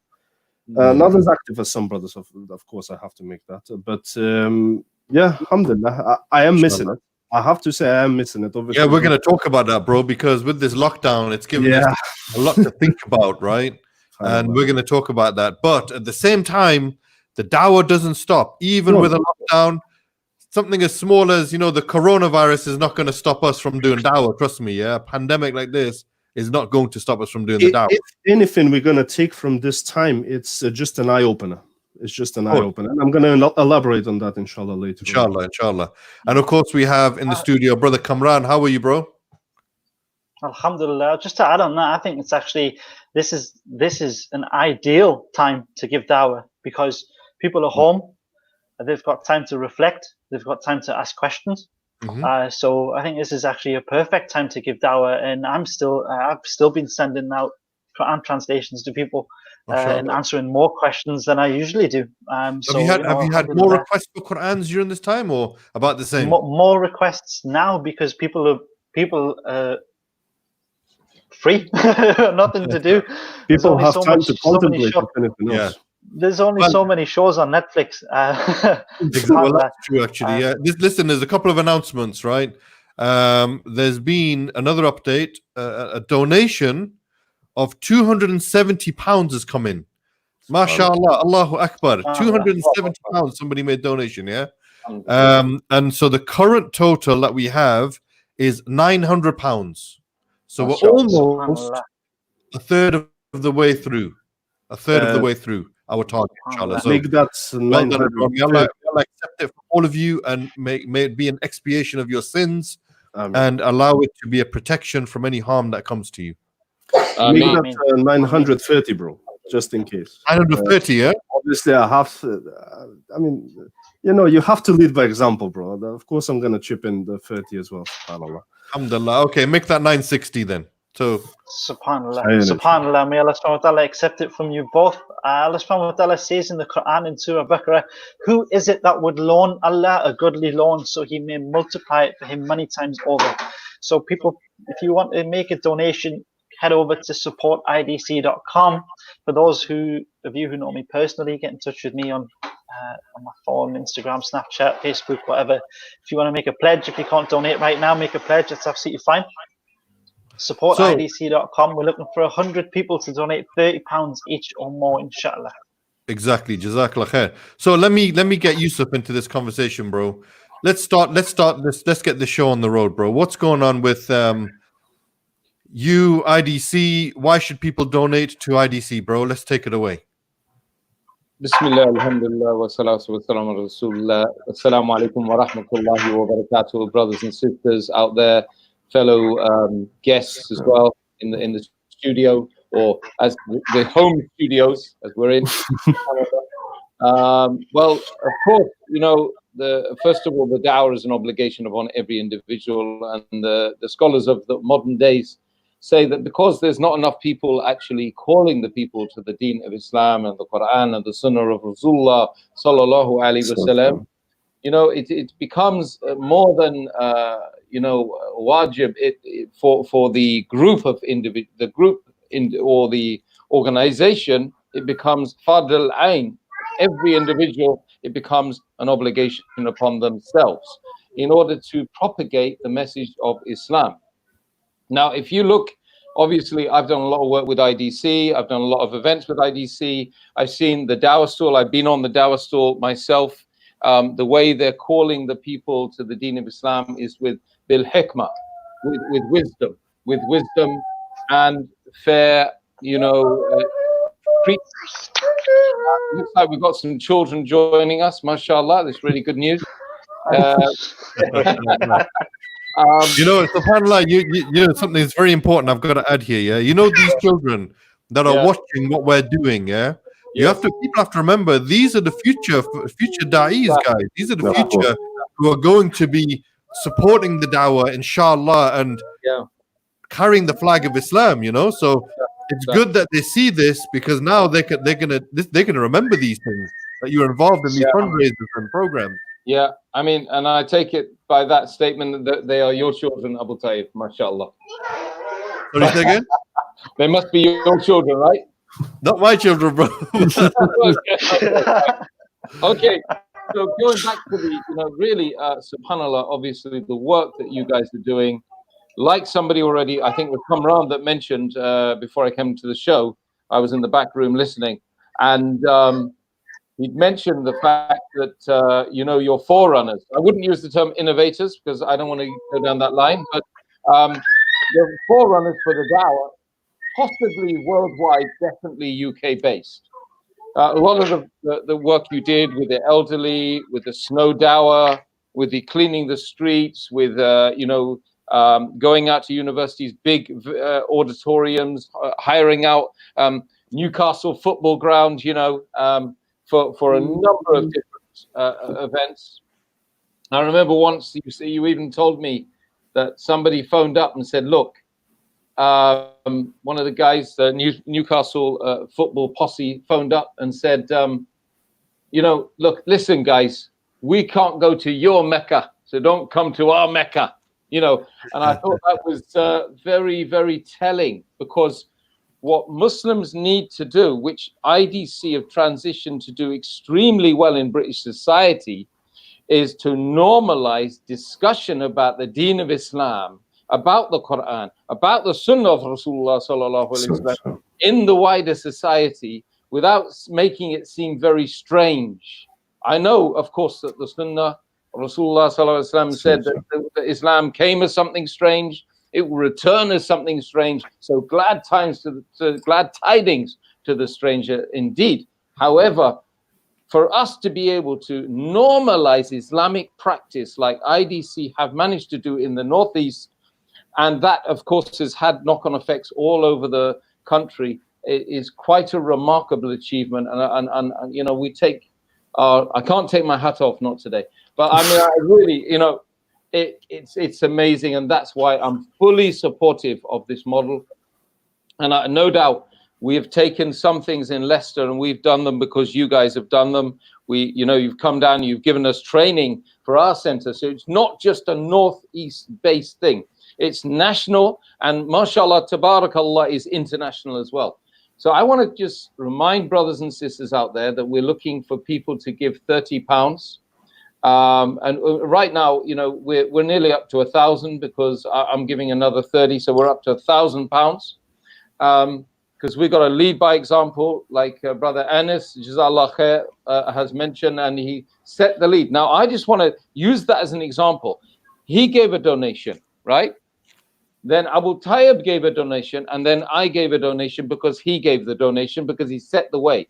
And Rasulullah sallallahu alaihi wasallam, he said that the one who sets an example that others follow, and they follow, and they get the reward for that person that has followed. But that person who did the initial deed, there's no diminishment on his part. So every time somebody sets an example and does a righteous deed, and other people follow in his example, then Anas is getting the reward, and the people who did the donations before that, they're also getting the reward. So it's the biggest network marketing system known to man. The most successful one is the da'wah and supporting and sadaqah, giving sadaqah. Now, there's an organization that we did a lot of research when we set up iEra in 2009, in July 2009. We set up an organization to channel, a lot of thoughts and intellectual stuff, and Abu Tayyib and his team were one of the main groups of people around that were the inspiration for iEra starting. So what I'm saying to you today, you support the work of IDC, you support also the work of iEra, because what came first was the model from the IDC team in the northeast of the UK. Now, when we set it up, we did a lot of research. We did a lot of R&D. And we came across an organization called Campus Crusade for Christ. And I just want to mention them. That I just want to show you that there's an example out there of what the Muslims should be aiming at. So Campus Crusade for Christ latterly became CRU, CRU. And last year, they raised 800 million, close to $1 billion US in order to bring the message of what they say is Jesus, peace be upon him, Isa alayhi salam, and Christianity. Okay, so I just want to just tell you that indeed we have got a long way to go in the dawah. They have 3.3 million disciples or missionaries active in campuses. They have around 8,000 different organizations operating in the campuses alone, brothers and sisters, calling the people to be people that say, let's be honest, that Allah subhanahu wa ta'ala has a son. And I just want to just tell you that if you are Muslims and you are out there and you are fasting in the month of the Quran, the month when the Quran was revealed today, it's more than symbolic for you to say, I'm going to give £30. I'm going to give £100. I'm going to give a portion of my wealth. Now, these people who are disciples, let me tell you something. They give 1 year free and they give 10% of all of their earnings to this organization. I just want to ask you a question. All of you brothers and sisters out there, does that make you feel good? Do you feel that Islam, the Quran and the Sunnah of Rasulullah deserves more of your attention, more of your wealth, more of your whatever it is that Allah subhanahu wa ta'ala has bestowed upon you? And like Kamran had mentioned, now the Allah subhanahu wa ta'ala's messenger received a hadith Qudsi. In a hadith Qudsi, he said, "Oh son of Adam," he's instructing Rasulullah sallallahu alaihi wasallam, "Oh son of Adam, spend on me and I will spend on you." Meaning it's a promise direct from Allah subhanahu wa ta'ala to mankind. You spend in his cause, then Allah subhanahu wa ta'ala will open up the gates of barakah for you and will provide from you from areas and places you can never imagine. Letters start arriving in your letter box with strange amounts of money that you never expected, brothers and sisters. This is what it's really all about. This da'wah is just so awesome. Somebody asked me on a webinar yesterday in Beirut. They said to me, "Can you tell me how can you experience the sweetness of faith, of Iman?" I'm telling you, brothers and sisters, and Abu Tayyib will definitely clarify this. And if we've tasted the sweetness of faith and you supported that, then you will taste the sweetness of faith here in this world and the hereafter. And that is, inshallah, that is, you know what it is, Abu Tayyib? It's when a person enters upon the fold of Islam by your hands, by your tongue, by your actions. And of course, you're doing all of that. IDC is doing the actions. It's doing the talking, it's doing the actions, and it's bringing Islam into the normalizing it in British society, particularly in the Northeast. SubhanAllah, we need to take this seriously, brothers and sisters. It's not a joke. There's not enough people giving dawah. We've got an opportunity, like Kamran had mentioned. We have an absolutely amazing opportunity to pass the message of Islam when everyone's stationary, sitting in their houses, waiting for someone to come and give them guidance. They're confused. A lot of the Muslims are confused as well, but a lot of the people are confused about what's going on. And they're looking for an organization like IDC to be able to reach out to them and say, here's a Quran, here's a webinar online, there's an exhibition next week. What we're going to do is we're going to work together to support the poor and the needy, and we're leading on this. Come and join us. All of these actions and all of these initiatives, brothers and sisters, end up giving such a beautiful example of the Deen of Islam and passing the message. And now I want you, brothers and sisters, all of you tonight, to dedicate just £30. £30 is the cost of one meal, one takeaway. Like probably you're spending more on takeaways during the month of Ramadan. Trust me. Definitely, if it's 4 or 5 biryanis and some samosa and this and that, believe me, it's going to be more than 30 quid. I just want you guys, every family that's listening now, dedicate £30 to supporting the da'wah and making sure that the deen of Islam is transferred, given out via IDC to our brothers and sisters who are not yet Muslim. They're not yet Muslim. Their fitrah is there. It just needs someone to ignite their fitrah. So that really was my take on. Jazakallah khair. That's amazing. Anis, are you gonna share with us? I want first of all another £40 of donation I have. It's from my wife actually. She said that she lacks as well the time. Obviously, she became a Muslim, a mother, very recently as well. So subhanallah, it has taken away the opportunity, obviously, of doing direct dawah. So she says, I want to be involved more. And subhanallah, she's beaten me. Yeah, so it's as simple as that. She's beaten me already. I want to share first and foremost, brothers and sisters. Obviously, we need your support, and the way to support us is either through the website supportidc.com. Also, you can have a PayPal. Most of us nowadays, especially in the UK, we have PayPal, so you can use paypal.me/Islamic Diversity. Or you can do a direct bank transfer if you want. So the account number is 11542960, and you have the sort code of 772020. Or even if you want to have a chat, one of our lovely brothers is ready to take your calls. So it's 07958 359 977. I want to touch a little bit now. I don't have the right to call Brother Yusuf Chambers Miskeen anymore. Why, you might ask? Because he has donated that £30, and how Allah subhanahu wa ta'ala says that every donation given for the sake of Allah is actually making you a very rich man.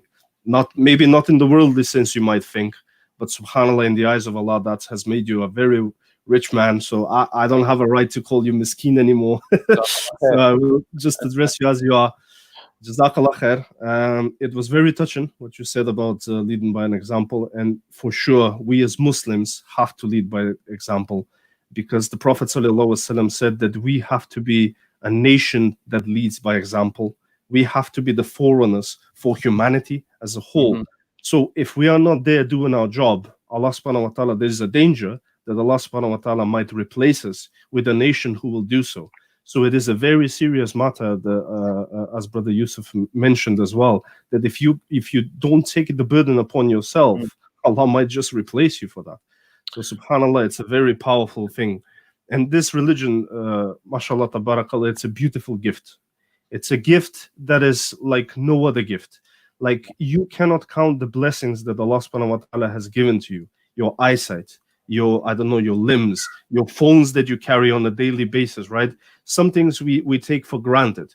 And even if I just take a moment to, let's say, price those kind of things, right? Your eyesight, you can never be able to pay something for. If somebody asks me, can I buy your eyesight? I will never sell my eyesight, right? So Allah subhanahu wa ta'ala has given that to you. And what does he ask in return? So little. Subhanallah, it's so little. So just do your bit. If you don't have £30, understandable. Like, it doesn't have to be only £30. It can be £5. It can be £10. So whatever you have, brothers and sisters. Again, we're looking for 100 people to donate £30 each. SubhanAllah, we're almost at 1,000 if I'm not mistaken. So 1/3 is done. So another 2/3. Okay. We've got a comment that's come in just now by Ali Liaquat. Jazzy, I'm not sure if you can put it on the screen or not, but it says, brothers, I'd like to pledge a £30 donation. Please keep up. Where are we? Please keep up those amazing work. Brother Kamran, you've inspired many, and I know this, and I am one of them. May Allah subhanahu wa ta'ala bless you all and accept all your hard work. Ameen. Ameen. Ameen. Jazakallah khair. We have someone listening in from Indonesia, guys. MashaAllah. Bandung, Indonesia. MashaAllah. Brother Eric. From Bandung. Indonesia. I hope I didn't butcher that. Okay, so let me throw something else out there for you, Yusuf. Yeah. Yes, brother. You know, it's when people give charity, that's usually when it's like it's for humanitarian causes. There's a lot of issues going on around the world. People want to pay for, you know, food parcels, packs, something which is tangible. You know, they want to sponsor an orphan and things like that, right? So I was just thinking about this, and there's a slight misconception that people have that, you know, charities should be running for free and only the donation should be going for particular tangible items, right? So I think there's a misunderstanding that people have that charities need support. The whole charity sector needs support, and in particular, the Islamic charity sector needs support, not just individuals or packages and so on and so forth. And rightly so, give to those humanitarian causes. They're in need, and we have to support them.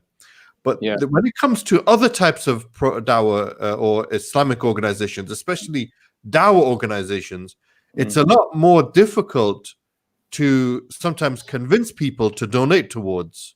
Why do you think that is, Yusuf? And what's the solution for that? Well,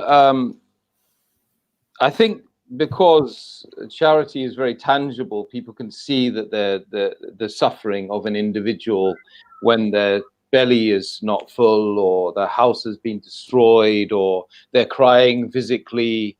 Whereas the lack of iman, the lack of spiritual guidance is not that evident in society. It's a collective kind of disease which is infecting the whole of societies, and therefore societies then don't see that you know, and a donor would then look at that and say, well, you know, I can impact 15 children in the developing world, but, you know, if I give the same money here, I might only open one heart up to the Deen of Islam. And then they might not see that is being significant. But to me, putting £100, 50 pounds there and 50 pounds there is exactly the way you've got to look at it. You've got to save the lives. And Allah subhanahu wa ta'ala, of course, says saving a life is equivalent to saving the whole of humanity. And then you've got to save the souls, because you can save lives in this world. But what about forever? Because there's an issue about forever. And the hereafter is described as being something which goes on forever, eternal bliss forever if you're in Jannah. So if you save a person, and the Prophet Muhammad sallallahu alaihi wasallam was well known in a hadith, he said, it was said, the companion said that he described that he is one of a person who's standing next to a fire, and he's ferociously knocking the moths away from the fire, trying to stop them from getting there. Now, you know, so the idea is that the Prophet Muhammad sallallahu alaihi wasallam and the Quran, virtually the whole of the book, if you read it from cover to cover, you know, the 25, the Anbiya of Allah subhanahu wa ta'ala, you know, Musa, Noah, alayhi salam, Ibrahim, Dawood, John the Baptist, you know, all of them, collectively, everything about the Quran is talking about da'wah, is talking about giving for the sake of Allah subhanahu wa ta'ala, to save those souls, to guide those souls, to give them, you know, and the Quran is nothing but, you know, and is revealed in this month, of course, Hudan linnas. It is a guidance for mankind, not for Muslims, for mankind. Now, one interesting thing then Sheikh Hussein was mentioning this morning is that the Quran, of course, was revealed in this month. But on the 6th of Ramadan, now if I get this right, because I have to go back to my notes I took from the Sheikh. But anyway, so the Injil was revealed in this month. The Torah was revealed in this month. The Psalms of David, the Zabur, was revealed. This is authentic narrations, right? And the Quran, for the main books of Allah subhanahu wa ta'ala, were all revealed in this month.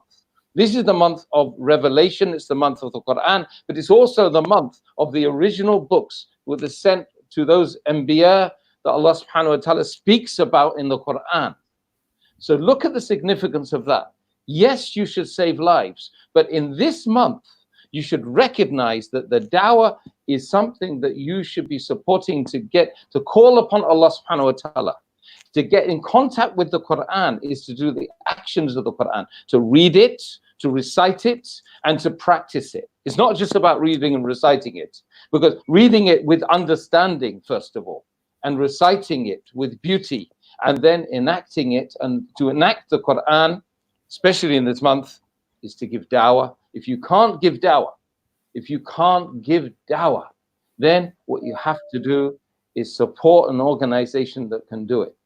You know, if you can't command the good with your hand, you have to speak against it. If you can't speak against it, you hate it in your heart, and then you give sadaqah to make sure that Allah subhanahu wa ta'ala has recognized that you wanted to enact the message of the Quran, which is da'wah. It's about calling the people to tawheed, calling them away from kufr and shirk and back to the beautiful message and the teaching of the Prophet Muhammad sallallahu alaihi wasallam and all the Anbiya that are mentioned in the Quran. So definitely, it's a very sad thing that when we see a person has £10,000, he gives it all for the sake of one particular cause, instead of sharing it to say, we are living in these countries, we're living in these lands, and virtually the whole world you can put in that category now. And we have on our doorstep hundreds, if not thousands, of people who are not yet Muslim, and we don't seem to care about their souls. Who is going to care about their souls? Who cares about whether or not those people are going to look? They're going to be with you on Yawm al-Qiyamah. They will be with you, and they will. Of course, you won't see them because your own children will be running away from you that day. Your mother and father will be running away from you. You will be running away from them because of the deeds that you want to maintain and the ones that you don't want to take their deeds.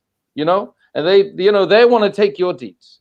And why is it? It's because we lived in these lands and we did nothing really, brothers and sisters, to pass the message of Islam. Yeah, Jazakallah khair. It's amazing. It's crazy actually. We've got Imam Walid just joined us from Teesside. Now he's been involved with IDC from the early days. He's been with us for such a long time, more than a decade, working with us, and he's going to share some words with us as well, inshallah, about his involvement and his views on why people should donate to IDC. Assalamu alaikum, Imam Walid. Wa alaikum assalam wa rahmatullahi wa barakatuh. How are you? How are you, Sheikh? You okay? Alhamdulillah. How are you, brothers? You okay? Alhamdulillah. Nice to see you again. It's been a while. How's the lockdown going? Well, alhamdulillah. I've lost more hair in the past 6 weeks than I lost in the past 42 years. Mashallah. So, Imam Walid, share with us, why should people support IDC? Why should they go to the website supportidc.com and donate, £30, £50, £100, £500, whatever they can afford? Why should people do that? Just to start, if I have £1 million in my account, that will go straight to IDC. Simple. Wow, subhanallah. Because, listen, from the early days when I started, when we started doing the work in the masajid, in the workshop, in the mosque, in the masajid, in Abu Bakr Masjid especially, the days before that, it used to be really hard. I used to do all the workshop by myself, where you have to organize the schools, and sometimes I can't do them, and the schools would come to the masjid, and there's nothing for the kids to do. There's no one to do da'wah. There is no one to show anything. And, since we started to come together and, bring IDC on board, and the tremendous work and the effort that you guys put in, especially with some of the brothers who come all the way from Newcastle, and the sisters come from Sunderland and Newcastle, all the way to Middlesbrough to actually start the workshop, and the effort and the preparation and the tools and the gifts that actually provided. And I remember the trip and the workshop. I think one of the early ones that have done the whole school that came from Whitby over a few days. I don't know if you remember that, Abu Tayyib. I remember that. Yeah. There was literally the full school came over a period of 3 days, like the whole school. Yeah, and we had to go back to them because a lot of the parents who were opposing the school trip and opposing coming to the masjid, when they heard about the reaction of the children and the parents who came along, they wanted actually to come, but the school said they couldn't provide it. And we went to the school itself to do a day of workshop in the school in Whitby. And subhanAllah, you know, the kind of things that these things are worth every single second and minute. And you know, our job as imams, to be honest, we are not if you do the job properly, you're not waiting for people and praise. But what you get, the satisfaction that you get, is on the smile that you put in somebody's face when you help them with an issue or a trouble or a difficulty that they're going through. The word that comes out of somebody's mouth when they say the Shahada for the first time and they accepted Islam. And, you know, these are the kind of things that actually makes the effort and the difficulty that you put in this job worth a while. And remember the hadith of Rasulullah sallallahu alayhi wa sallam to Mu'adh ibn Jabal radiallahu anhu when he sent him to Yemen after giving him the advice, you know, إنك تأتي قوما أهل كتاب فادعوهم للا إله إلا الله فإنهم أطاعوا لذلك فعلمهم أن الله فرض عليهم 5 صلوات في اليوم والليلة. You will come to people of the book, inform that Allah subhanahu wa ta'ala, you know, for the shahada, and if they listen to you and obey you to that, then inform that Allah subhanahu wa ta'ala has made the 5 daily compulsory prayers upon them. And he went on to say, and وَلَأَنْ يَهْدِيَ اللَّهُ بِكَ رَجُلًا وَاحِدًا خَيْرٌ لَكَ مِنْ حُمْرِ النِّعَمِ. And if it's Allah subhanahu wa ta'ala to guide only one person is better for you than Humr al-Ni'am, which was the most expensive camels at the time.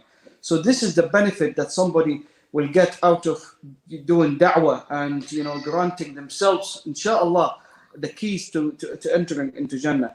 The second thing as well that people need to understand, one of the purposes of us being in this country and giving the legal, from an Islamic point of view, framework to be living in this country is to do da'wah.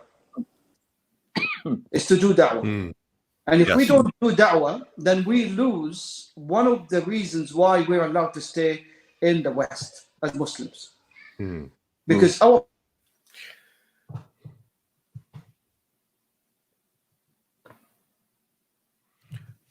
SubhanAllah, I think we've lost the voice for Imam Walid. Are you still there? Yeah, I think we've lost his voice. Is he gone? Is he muted, or does he need to unmute?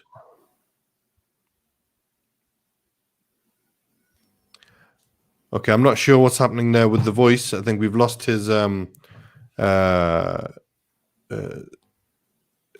there. Can you unmute Sheikh Walid? I think he might need to reconnect, inshallah. Maybe he needs to reconnect. But, you know, it's powerful what he said there. There's some things that he mentioned. If you want to reconnect to Sheikh Walid, try coming out and come back in, inshallah. But I think there's some powerful stuff that he mentioned there. You know, there's one thing at the end which I wanted to add to that, what he said. He said, one of the conditions for being here, living in the UK or Europe or the West, is that we have to be involved in da'wah. Now, that's deep, right? That's powerful. It's one of the conditions for us to be allowed to stay here. And I would also add something else as well. Either you're giving da'wah to people or someone's giving da'wah to you. And this is a statement we used to hear back in the 90s, right? That's one of the reasons why I got involved in da'wah in the first place. But I think we've got Sheikh Walid back. Sorry, Sheikh, continue.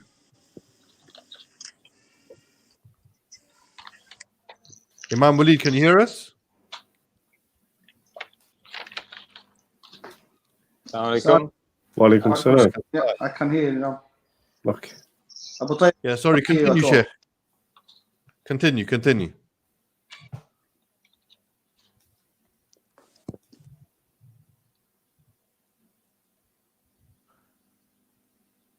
Okay, it looks like he can't hear us, maybe. There's something going on here.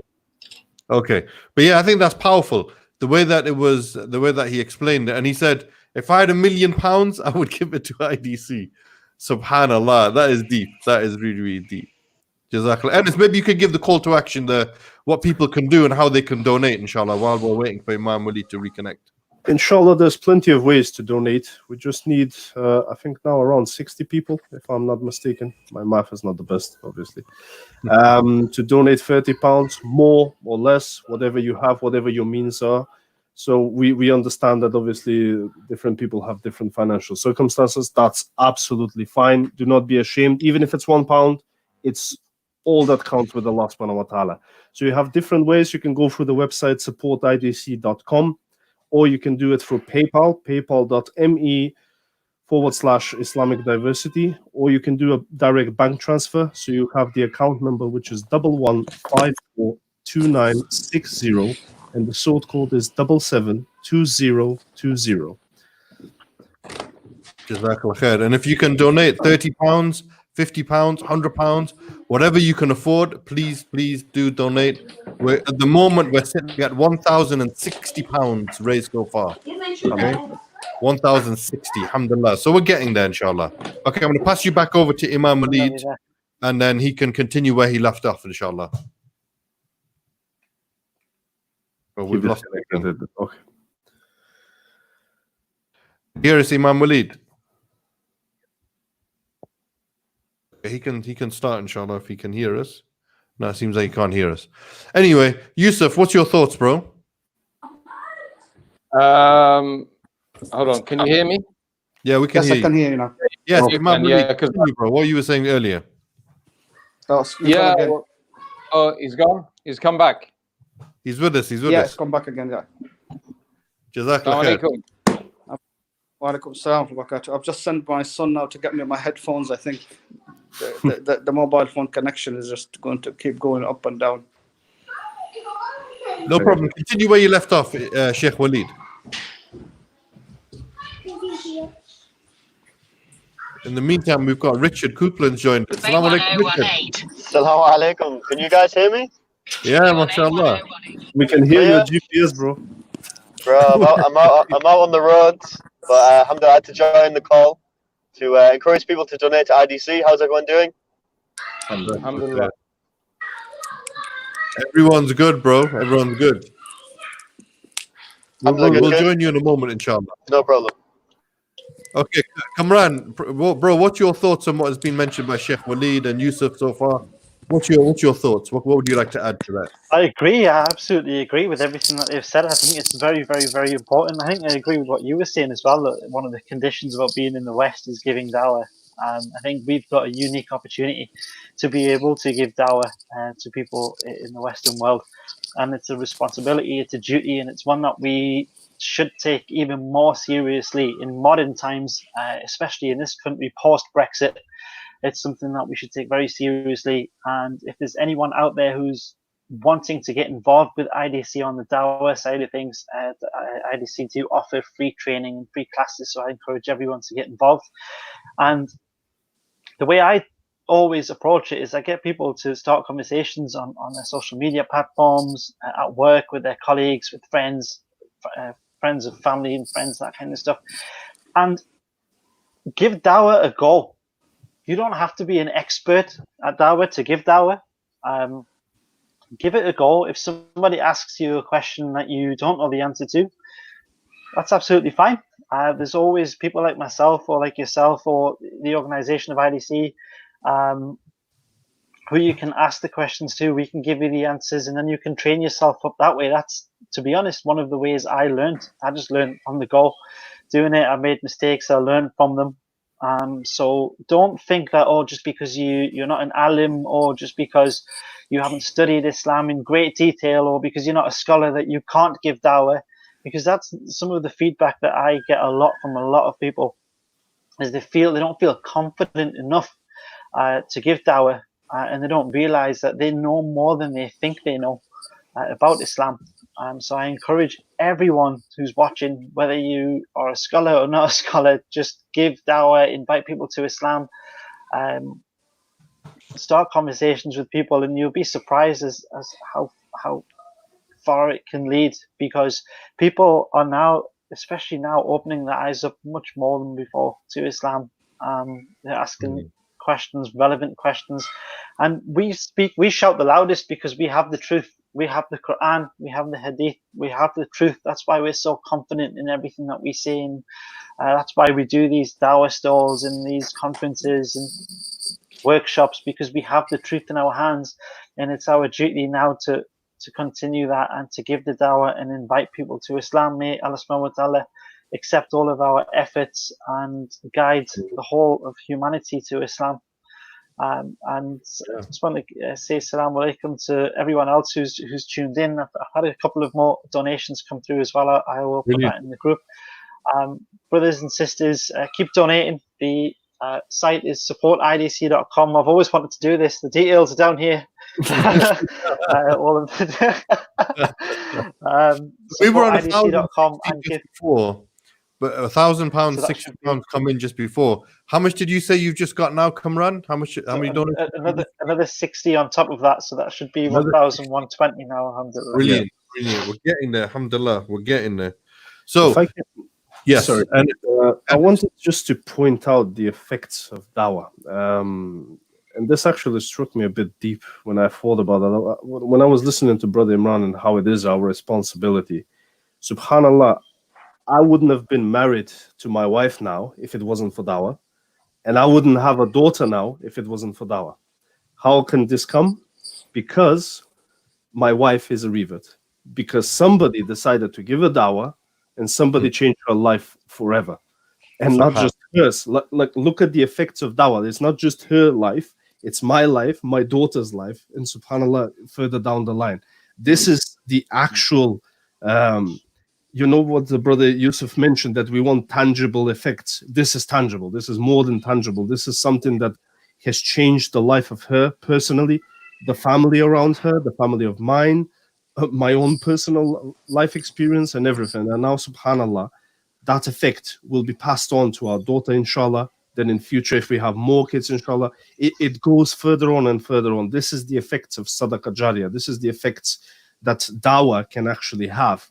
It's much further than any other good deed that you can do. SubhanAllah. Obviously, we don't devalue any other good deed, don't get me wrong. But I'm just trying to say that the dawah has to be in the forefront. And if it wasn't for dawah, we wouldn't be here having this discussion. Because if it wasn't for the beautiful religion of Islam spreading, which is dawah, in inequality, right? We wouldn't be here. We wouldn't be standing. We wouldn't be discussing with you this beautiful message of Islam that has been given to us as a gift. And as any gift, you should reciprocate it, right? If you receive a gift, you should give a gift further. So it is definitely a beautiful gift that has been given to us to Allah subhanahu wa ta'ala. Alhamdulillah, alhamdulillah. Okay, so give the call to action, then we're going to get Imam Walid to come on and continue with what he was saying earlier. So brothers and sisters, we need 60 people, less now, but around 60 people to donate £30 each. More if you have, less if you have, whatever your means are. So subhanAllah, you can donate on supportidc.com. Otherwise, you can do it through PayPal, paypal.me/Islamic Diversity. You can do a bank transfer as well if you wish. So the account number is 11542960, which sort code is 772020.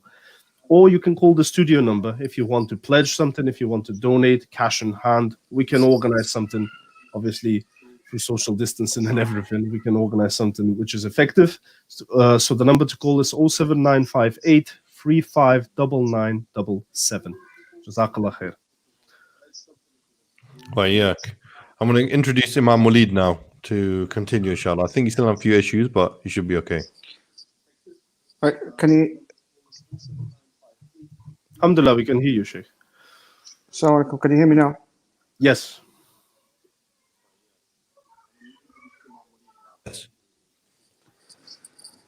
If you just wave to me that you can hear me, because I could hardly hear anything going on. So, okay, that's fine. So, alhamdulillah, jazakumullah khair for your effort, inshallah. And may Allah subhanahu wa ta'ala grant us all success in whatever we're doing. But the thing is, I need to remind people that not everybody has the ability to do dawah. Dawah is something that I call a specialized, I'm not going to call it a job, but a specialized knowledge, really, that the person who make da'wah need to understand the way they're going to make the dawah. They approach the skills of making dawah itself. I remember one of my first experiences with some of the brothers who were doing da'wah. I was visiting, was it Luton, I think it was, and I interacted with some of the brothers who were surrounding an elderly man, and this man was smoking outside of the masjid. And instead of coming to him with gentle advice and trying to advise him about his action, they were shouting at him. And this man was old enough to be the grandfather of some of these young men, literally. And that really hurt me so deeply inside my heart. And I went with a couple of the people who were with me at the time. We went to approach them. We encouraged him just to leave the man alone, and we took him aside and we sat with him and advised him. And always there's an example as well that I give of how Al-Hasan and Hussein radiallahu anhum, the grandchildren of the Prophet Muhammad sallallahu alaihi wasallam, taught the old man how to make wudu. When they came and saw a man who was making wudu but making mistakes, and they didn't want to embarrass him because of his age, so they came to him and said to him, they asked him if he could judge between them which one of them makes the wudu correctly. And when they made the wudu in front of him, he basically said to them, Ahsantum an-nasiha, you've given me the right advice. So that was a way of making da'wah. So you have to choose a method, and it's not everybody have the ability to do so. Alhamdulillah, since coming with IDC and was witnessing with my eyes the methodology, the training that IDC provides for the brothers and the sisters, to encourage them and to give them these tools in hand to be able to do the da'wah and deliver the da'wah properly and correctly, and advise people in the right manner, and the support as well that's provided for the new Muslim support. All of these tools that are not provided anywhere else, and they were not provided through anyone but IDC. So subhanallah, all of these things need to be taken into account, and people need to pay attention to them. Otherwise, we will be, less powerful in the way that we make the da'wah. We will be not as strong as we are if we didn't have an organization like IDC. And it was an unfortunate situation that, we see, a lot of, the brothers nowadays, they're just going around doing whatever they're doing, and they're actually making the job or making whatever they're doing. They may be having the right intention to do da'wah and whatever, but actually the image that they're giving or portraying of Islam is not the correct image, because they don't have the tools and the right way to do it. And IDC, as an organization in the northeast of England, may Allah subhanahu wa ta'ala bless whoever started this organization, and may Allah subhanahu wa ta'ala bless the brothers and the sisters who are working with this organization, trying to their best and utmost, and sometimes even, doing it from their own money to do da'wah and to spread the message of Islam properly, and to counter all the negativity that comes in the media and through the public domain about Islam and about the practices of our brothers and sisters across the globe. So may Allah subhanahu wa ta'ala grant you huge and immense reward for that. And to go back again to what I think one of the comments I've just seen earlier on regarding one of the brothers saying about the £1 million, it's not something that I'm saying that everybody should pay £1 million. What I'm saying is the effort, the importance of IDC and organizations like IDC. If I have that money in my bank account, and this is money that I have to give for the sake of Allah subhanahu wa ta'ala, I would have given it for IDC. And I'm not saying or trying to question people's giving small or large amount. Every penny counts. And as long as you're giving it with sincerity from your heart to please Allah subhanahu wa ta'ala, then inshallah you will be immensely rewarded for it. And you know what, a person who gives £1 and they only have £10 in their bank account, they will be rewarded more than the person who gives millions or whatever, and they have more of it, and they don't have the right intention and the right need, inshallah. So may Allah subhanahu wa ta'ala grant you all success. May Allah subhanahu wa ta'ala keep you inshallah all in the right path, and bless you all and bless all your efforts. And for anybody who donate and help you inshallah through these times, especially these difficult times that a lot of people are going through, and during the month of Ramadan inshallah, everybody need to remember that your donation inshallah will be multiplied in rewards. Wallahu yudha'ifu liman yasha, and Allah subhanahu wa ta'ala multiplies to whom he wants. So donate as generously as much as you can inshallah. IDC is one of the important pillars of our da'wah in the northeast of England, not just in the northeast, but across the whole of the country. And they need to be supported with every effort that we can, inshallah, to keep the organization going and to keep the education that's happening to the brothers and the sisters going, inshallah. I'm going to have to excuse myself because, as I said, I've got my boss around here somewhere and I need to go and start helping around and preparing for iftar in the house. Otherwise, I'll be the imam who's advising everybody to help their wives at home, and I'm not doing it myself, and I'll be in trouble. So I'll have to disappear, inshallah. Jazakumullah khair, and may Allah subhanahu wa ta'ala bless you all. Barakallah fiqh. Yeah, Jazakallah khair, Sheikh Walid. Amazing advice. Amazing advice. Assalamu alaikum wa rahmatullahi wa barakatuh. Okay, so we're going to take a short break now. We're going to play a showcase video to encourage everybody to donate to IDC today. Brother Enes, take it away, bro. What are the details? Brothers and sisters, as you all know, we all need donations to support dawah. It's for your own sake. Don't think it's for our sake. It's for your own sake. So you can do it on the website supportidc.com, or you can do it through PayPal, paypal.me/Islamic Diversity, or you can do it as a bank transfer, which the account number is 11542960, and the sort code is 772020, and the account number is IDC Northeast. Or you can call the studio if you want to discuss any final details or anything, or you want to make a pledge, or you want to just chat with a brother. That's not a problem.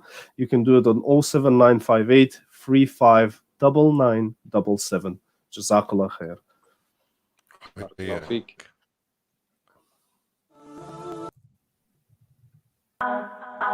This is what everyone knows Newcastle for, football. But I'm going to tell you about something much, much better. They want to know about Islam, we'll give them da'wah. They want to know what a Muslim does, we'll give them da'wah. When they want to hate on... In 2012, I was a non-Muslim who walked into my local masjid. I met the brothers there from IDC. This was a team of brothers who told me about the message of Islam in detail. I took my shahada. The brothers, they didn't just leave me there. You know, they supported me, provided me new Muslim classes, and after all these years, I became the head of the new Muslim department here at IDC, teaching other new Muslims, supporting them and mentoring them, just like I was supported. IDC is not just your typical charity. We have our Islamic awareness stalls, engaging with non-Muslims in our local city centre, and answering all their questions about Islam, public events and exhibitions for non-Muslims to come learn about Islam, masjid visits for the local community, school visits teaching non-Muslim kids and staff about Islam. We visit the elderly and spend time with them regularly to give them companionship, feeding the homeless every single week, giving them hot meals and advice. We make the children smile every single year by visiting them in the hospitals and giving them gifts. So many people have taken their shahada with us. Ashhadu an la ilaha illallah. Because of this, we then provide new Muslim classes for them and support them on their journey. Please, please, please give whatever you can. Do you know how much you can afford? Better than myself. Some of us can give £10, some of us can give £500, and every single person that accepts Islam, you will get a portion of that reward. The Prophet, peace be upon him, he said that charity does not decrease our wealth. So brothers and sisters, believe in those words and give for the sake of Allah. And Allah, inshallah, will increase it for you. Click the button and donate now. They want to know about Islam. Assalamu alaikum wa rahmatullahi. Welcome back to the live fundraising appeal for Islamic Diversity Centre. And guess who's in the studio? The very famous Richard Coupland, who has video you just saw. How are you, Richard, bro? Assalamu alaikum. Alhamdulillah, I'm good. Can everyone hear me clearly? We can hear you, bro. You inadvertently became the face of IDC, bro. Yeah, the face of IDC, alhamdulillah. So share with us some wisdom, Richard, on why people should donate to IDC. SupportIDC.com is the link that they should go to. Donate whatever they can afford to donate, starting from £30, £50, £100, whatever they can give. Okay. Why should people donate to IDC, bro? Okay, Bismillah, alhamdulillah, salatu wassalam ala rasulillah. I think the brothers and sisters who are listening right now, they really do need to support IDC and support the amazing work that they're doing. Whether that's, events raising awareness about Islam, whether that's the Islamic awareness stall, whether that's education in schools, in mosques, and whether that's supporting you Muslims, brothers and sisters, you really need to donate. And I think for myself, I truly do believe that if IDC wasn't there, I wouldn't be where I am as a Muslim now. Alhamdulillah, from day one, when I took my Shahada, when I became Muslim, it was with the brothers from IDC. And, they supported me and they helped me. And they're really doing the message, the work of the prophets and the messengers. Allah says in the Quran that He sent the prophets and messengers to every single nation. And their job was to call people to worship Allah alone. And that's what IDC are doing. They're out there on the front lines, speaking to non-Muslims about the religion, telling them what Islam really is, removing those misconceptions that people may have. And one thing that we do, which is vitally important, is that if somebody accepts Islam, we're out there supporting them, doing classes and doing lessons. And this is an opportunity, brothers and sisters, for you to get so many rewards. The Prophet sallallahu alaihi wasallam, when he sent Ali to Yemen, he said that, by Allah, if you were to guide one person through your hands, it would be better than the red camels, meaning better than the best thing, the Ferraris, the luxuries of this world. If you guide someone to Islam, and alhamdulillah, IDC giving you the opportunity to support the organization, to tell people about the religion, to bring people's hearts close to Islam. And I know in my case, they supported me hugely, giving me knowledge, helping me learn the Salah, and they really built me and alhamdulillah made me the strong Muslim that I am today. And they're out there doing it for other brothers and sisters that accept the religion like myself. They're out there doing lessons, doing classes, supporting them as much as they can. So brothers and sisters, you need to really support organizations and donate what you can, whether that's £30, £50, £100. Like Yusuf Chambers was discussing earlier on, we need to sort of spread our charities. Alhamdulillah, it's good to give to humanitarian causes, but alhamdulillah, that's saving lives. But here we're giving the opportunity to save souls.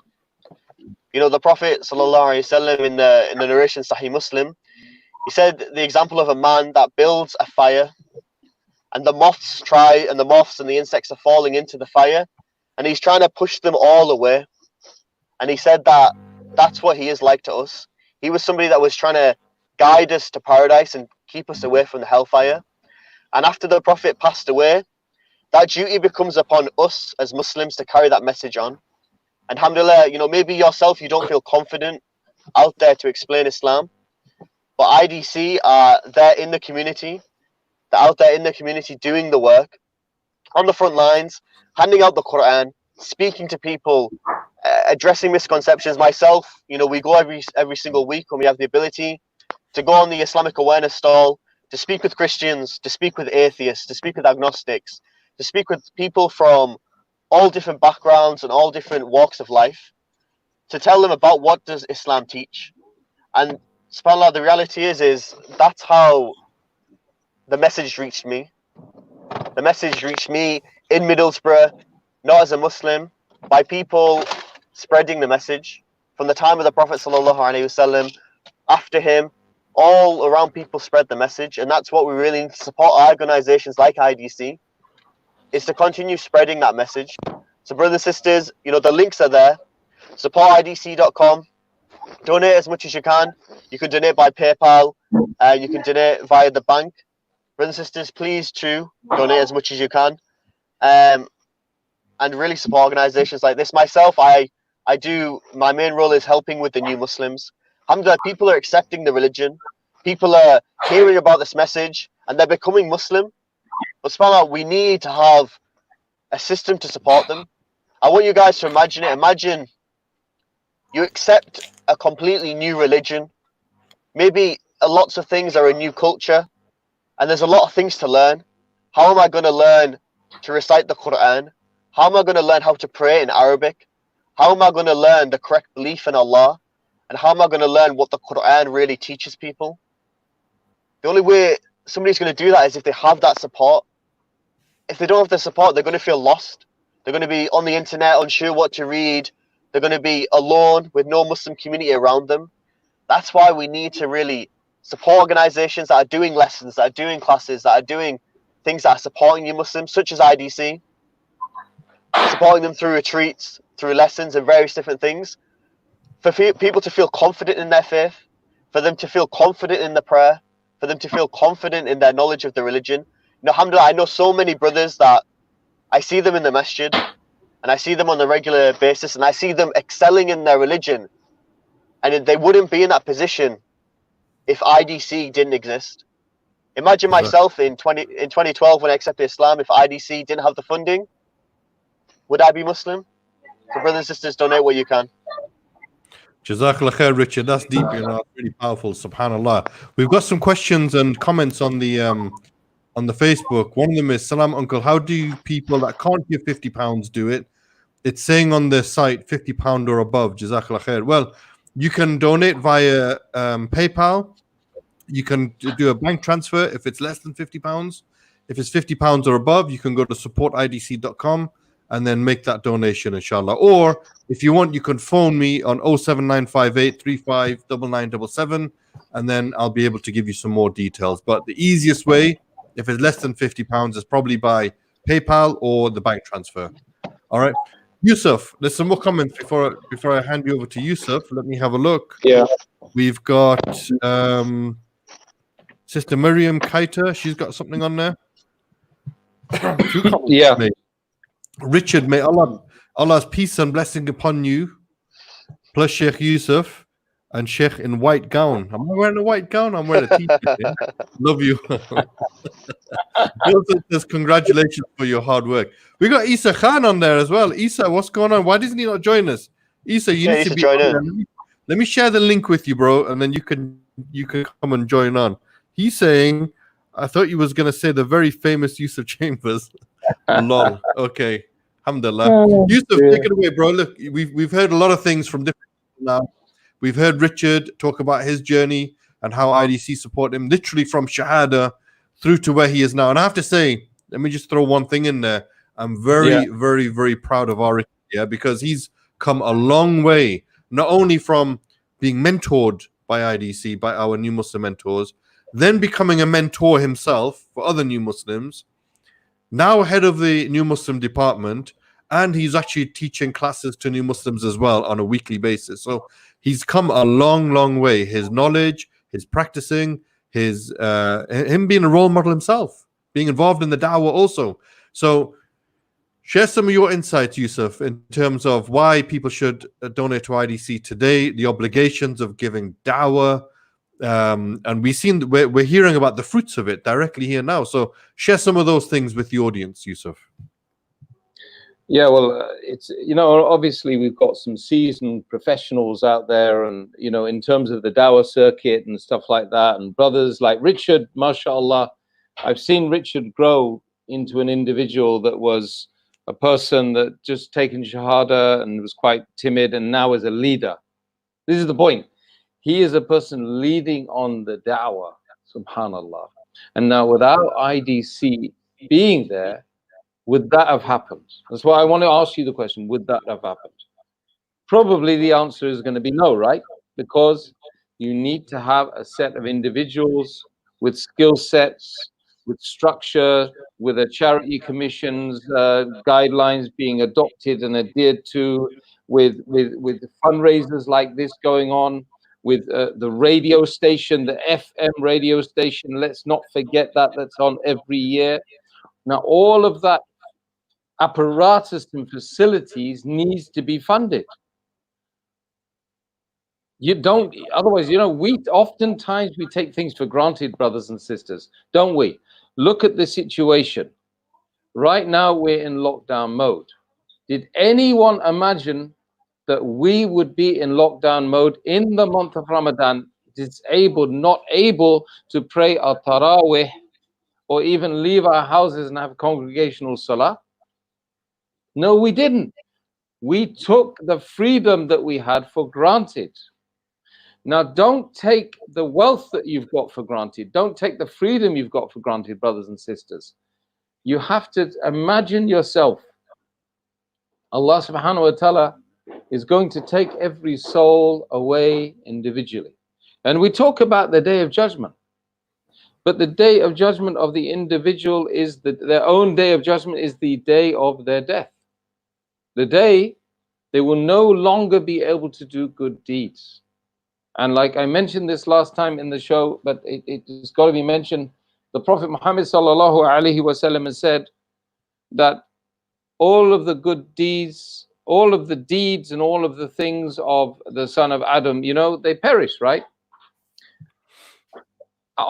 As they reach the, you know, when they go to the grave, they go there with a family, they go with the wealth, they go with the, you know, everything that they've got, yeah?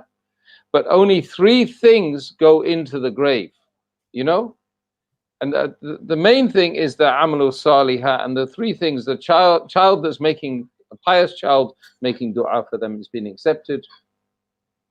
Some sadaqah jariyah, which is an ongoing charity that lives with them into the grave, and also something like knowledge, which is beneficial. Now, IDC conforms to most of those things, right? Because knowledge which is beneficial, most definitely, because they are passing on the beautiful message of Islam to all of those brothers and sisters who are not yet Muslim on your behalf. So if you're in your grave, what you need, brothers and sisters who are out there listening, and I'm saying to you that all I'm saying is that just give whatever you can, £5, £10, 20, 30, 50, or there's some that can afford 500 or 1,000, in order that you will have something good in your sadaqah jariyah and knowledge which is beneficial counted in your grave. Now, your wealth, of course, doesn't go in the grave. It gets taken back by your family. Now, some of the family that I'm talking about, they're listening to this radio show. They are deeply reflecting now, maybe that they're thinking about such and such father, uncle, auntie, sister, brother, loved ones have passed away. We need to give them something in their grave to make their grave, you know, less narrow, to make it more of a place of barakah for them. So you can give sadaqah jariyah on their name. And this is a sunnah of Rasulullah sallallahu alaihi wasallam. No problem. So give now, think about all those people who've passed away, and say to yourself, you're going to give sadaqah jariyah of the da'wah. Now, what do I mean by that? I just want to tell you something. Imagine the organization that, or the person or the individual that supported someone like Abdul Rahim Green, as an example, because a lot of people know him, Abdul Rahim Green, to become Muslim. Now, when he became Muslim, somebody had given him dawah. I think it was an Egyptian person who gave him a Quran on a ship somewhere, something like that. That's his story, right? So now, the person that supported that person, or that person themselves, gets the reward of the Shahada, right? Okay? Now, how many people has Abdul Rahim Green given dawah to? Okay? Hundreds, thousands, tens of thousands, maybe 100,000. Definitely online, he's given more than that, as far as I'm concerned. And many people I know directly and indirectly have said it was because of his speech and his actions and what he had to say about the deen of Islam that led them to take Shahada. Now, if so, imagine an organization that is bringing up not just one Abdul Rahim Green, He's bringing Richard Copeland, and he's bringing other people, and there's lots and lots of brothers and sisters over the last, how many years, I've forgotten, 15 years, I think it is, that have supported this beautiful organization. Now, all of this is Sadaqah Jariyah, all of it. So all of the people that accepted Islam, that benefited from knowledge which IDC has given out, all of the actions that Amalu Salih had that they've done, when you support the organization, even with a date stone, even with half a date, subhanallah, you share in the reward of all the salat, of all the recitation of Quran, of all of the Amalu Salih had of the righteous actions, of all of the knowledge which all of those hundreds of thousands of people that have been benefited by the organization, subhanallah, without them losing anything in their reward. So what I'm saying, brothers and sisters, is really important now. Give without fearing poverty. The month of Ramadan, of course, another part of this is that your Amalu Salihah, your actions are doubled and multiplied in the status of Allah. The next thing is that because you're fasting for Allah subhanahu wa ta'ala, most of us are fasting unless we're paying fidya, or we've got a valid reason, or we're a traveler, so most of us are fasting for Allah subhanahu wa ta'ala. Allah subhanahu wa ta'ala, He says, I reward the fasting directly. So a person who does lots of good deeds in this month, as he's fasting in the month of Ramadan, with the Sadaqah Jariyah, maybe it could be for the deeds or for the situation of the qabr of the person who's in their grave, one who's the deceased relative. It has to be one of the best things that you can possibly do for the sake of Allah subhanahu wa ta'ala right now, brothers and sisters. And none of us know whether it will be our last action tonight. Don't take for granted. We took for granted the freedom, and now for how many days? 40 days or more, we're staying in our houses, we're locked in our houses. Don't take life for granted. Life is here today, it may not be here. The Prophet Muhammad sallallahu alaihi wasallam said, if you think of doing a good deed in the evening, do not wait for the morning to fulfill it. And if you think of doing a good deed in the morning, do not wait for the evening to fulfill it, because none knows whether you're going to have that time. Brothers and sisters, please, for the sake of Allah subhanahu wa ta'ala, give this Sadaqah Jariyah right now. So seeking the face of Allah subhanahu wa ta'ala in this blessed, beautiful month of Ramadan. May Allah subhanahu wa ta'ala give all of those that are given Jannah, give them Firdaus al-Ala. May Allah subhanahu wa ta'ala give them Jannah al-Firdaus al-Ala.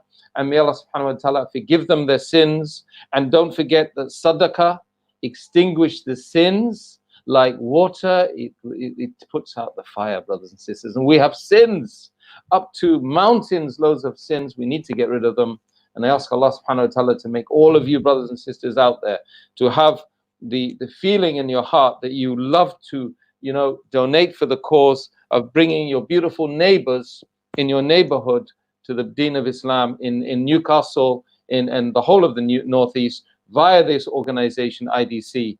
Now let's have let's have now 10 people to give a small amount, even if it's a small amount, so that at least you can say you supported the dawah. Yusuf, there's a question here that's come up on the Facebook. It says, Salam all, can you donate in somebody else's name a Sadaqah Jariyah?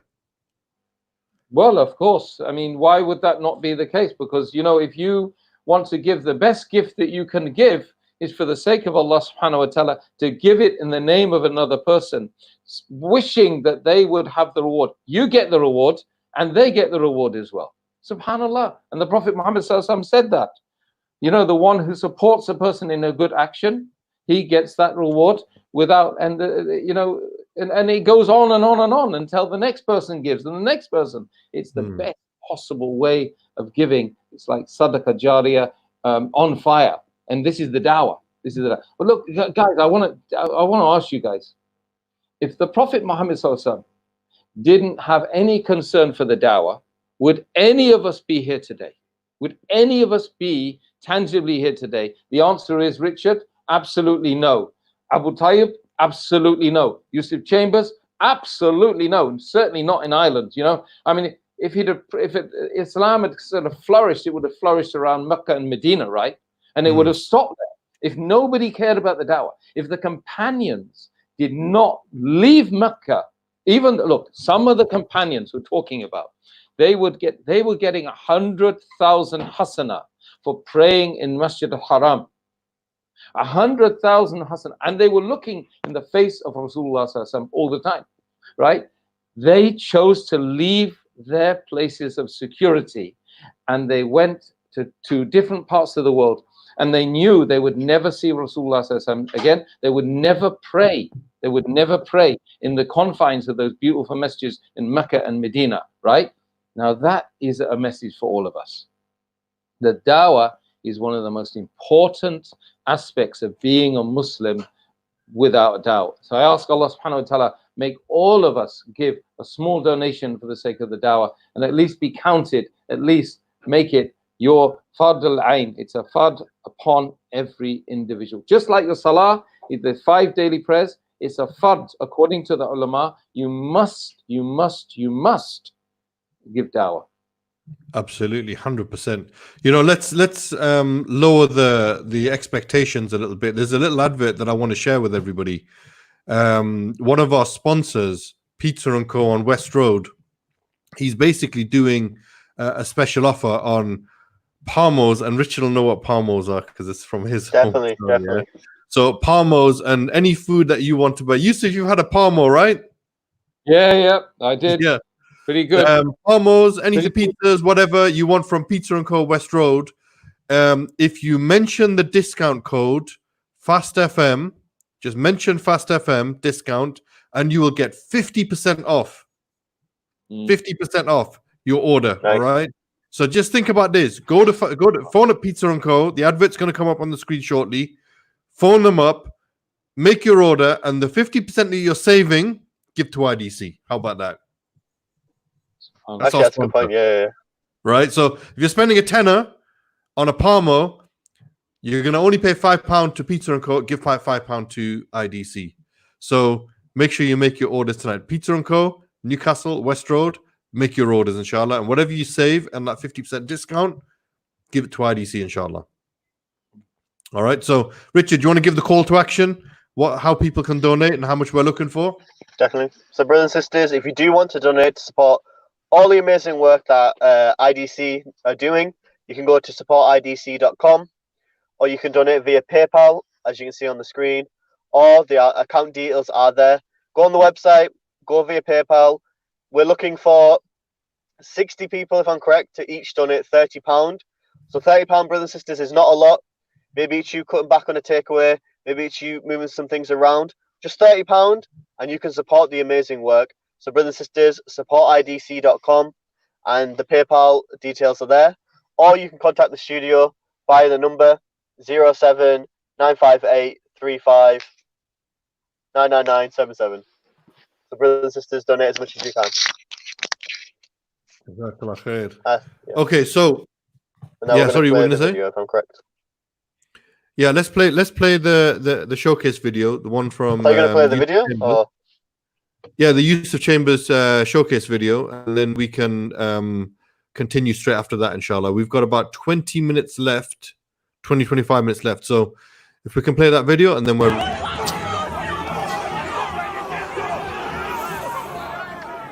Assalamu alaikum wa rahmatullah. Don't you just hate it? Every time you switch on the TV, scroll through Facebook, or read a newspaper, it's Muslims have done this and Muslims have done that. They're barbaric, this religion is dangerous, etc., etc., etc. The saddest thing is that so many people out there believe it. It's people like you and I who need to dismantle these misconceptions by showing how beautiful Islam is. If it wasn't for such amazing dawah organizations out there, many people wouldn't be Muslim today. One such amazing organization is the Islamic Diversity Centre. For over 17 years now, they've been building bridges within communities and calling people towards Islam through education, awareness, engagement and empowerment. Their amazing work has resulted in hundreds of people accepting Islam and thousands more understanding that Islam is not about killing and murder. Rather, it is a peaceful religion full of understanding, harmony and worship. In order to continue guiding the masses, they urgently need to raise £50,000. That's just 500 people donating £100 each. Now, as Muslims, if we can't sacrifice our time and resources to call people to Allah subhanahu wa ta'ala, then at least we should sacrifice a tiny percentage of our wealth, which Allah subhanahu wa ta'ala has blessed us with. Please donate £100 today and earn Sadaqah Jariyah on your scale of good deeds from now until the end of the Day of Judgment, where your only hope of entering Jannah is through the mercy of Allah subhanahu wa ta'ala. Please, lastly, hit the share button. Wajazakumullahu khair.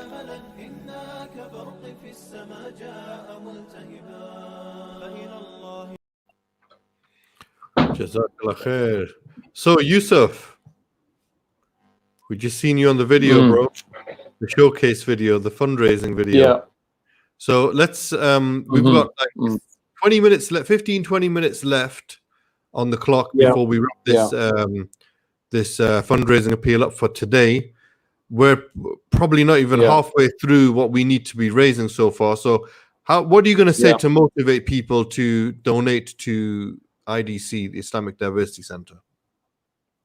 Okay, because I think there's a lot of people out there that have already given, right? I have the feeling that usually this happens. A lot of people that are regulars, they keep giving and they're giving because they're addicted to giving.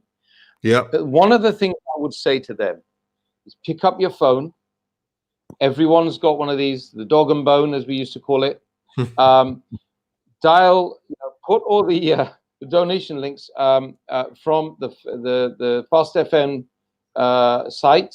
Okay, you've got all of them on Facebook. Okay, copy and share to all of your brothers and sisters on your phone. Okay, because you get the reward, brothers and sisters. You get the reward.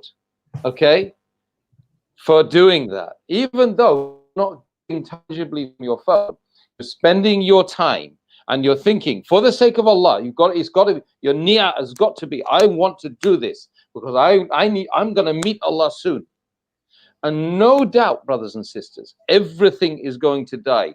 The sun is a middle-aged star. It's going to die. The stars are going to die. The plants are going to die. The animals are going to die. Some of these trees, brothers and sisters, I'm looking outside, some of these trees, there's a couple out there. You can see some trees over there, right? They're going to outlive you. They're going to outlive you. But they don't have an obligation to call the people to Islam. What you can do if you don't have any money and you don't feel you have the confidence to be able to call people, you do it. Let IDC do it for you. Don't make it difficult for you. Now, if you haven't got the money, just share this link. Share it far and wide. Now, every time someone donates Sadaqah Jariyah on your account, it's the best way. It's so simple. So I know that some of you, I've seen IDC been out there and they're doing regular shows to try and push the narrative of the dawah. It's only because it's one thing, because they tasted the sweetness of faith, brothers and sisters. The reason why we're still here today giving dawah, believe me, if it wasn't for the dawah, Richard wouldn't be here and I wouldn't be here. Richard, you would not be here. Am I right? I have to point that way.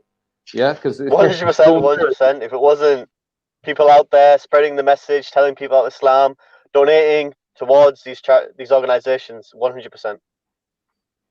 Definitely. So, brothers and sisters, I'm also looking for some of those brothers and sisters who've got a little bit of extra wealth, and you've been blessed. Allah subhanahu wa ta'ala has given you so much. I'm looking for people to give 500. If we can get 3 people to give 500, we can wrap up the show. We reach the target. But the reality is that it's better that everyone contributes. Every single person. Look, if you saw your child on a video now on this show and they were being rushed to hospital, what would you do? What would you do, brothers and sisters? Would you go and find out where they were and do anything to save their life? Wouldn't you? Now, what about your neighbors who are not yet Muslim and they're very close to walking into a fire?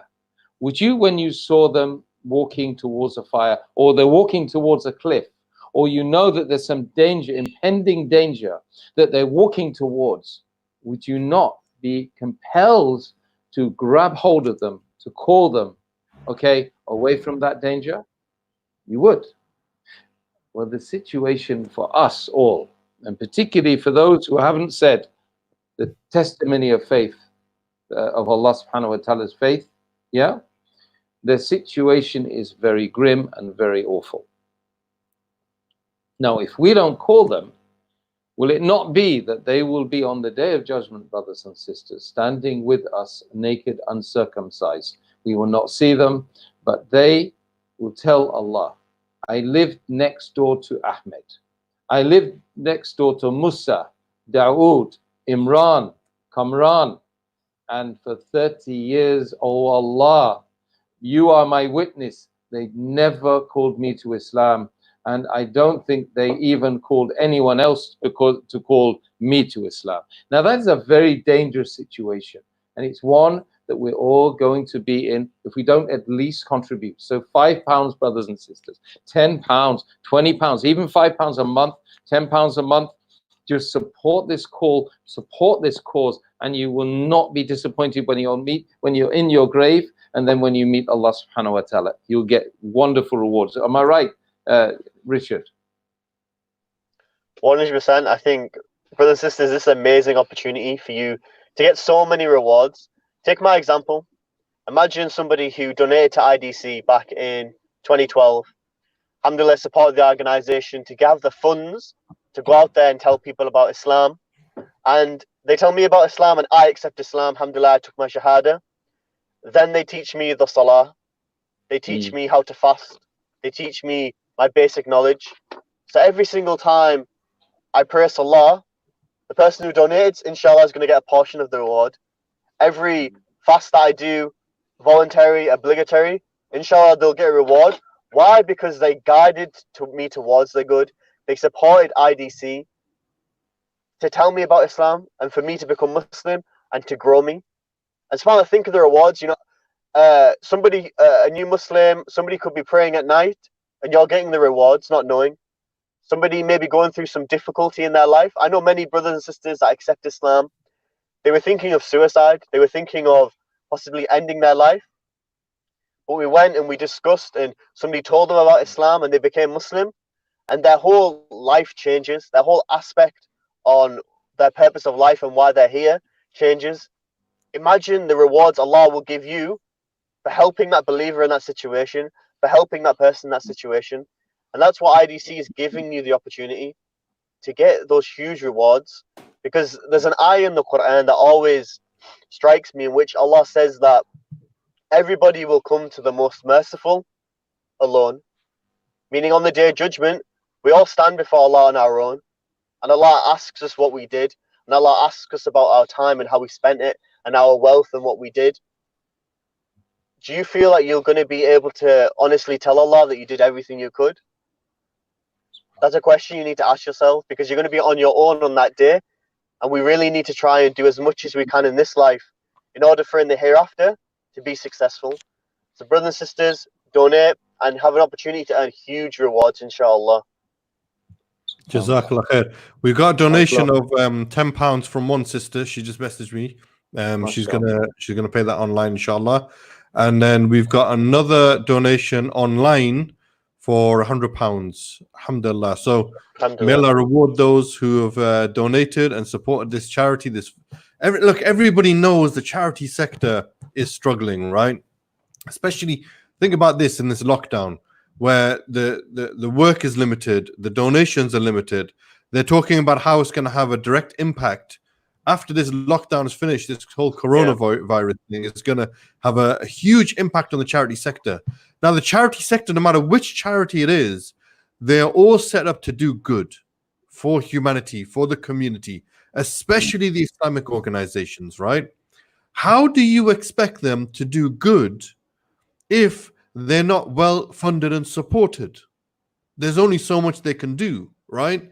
So the point is, I think we have to change our mindset a little bit and understand that the charity sector needs support just like any other sector. You know, we saw a number of years ago when this country went through a crisis, financial crisis, yeah, and it was because of the banks. You know, the banks, some banks collapsed, and what happened?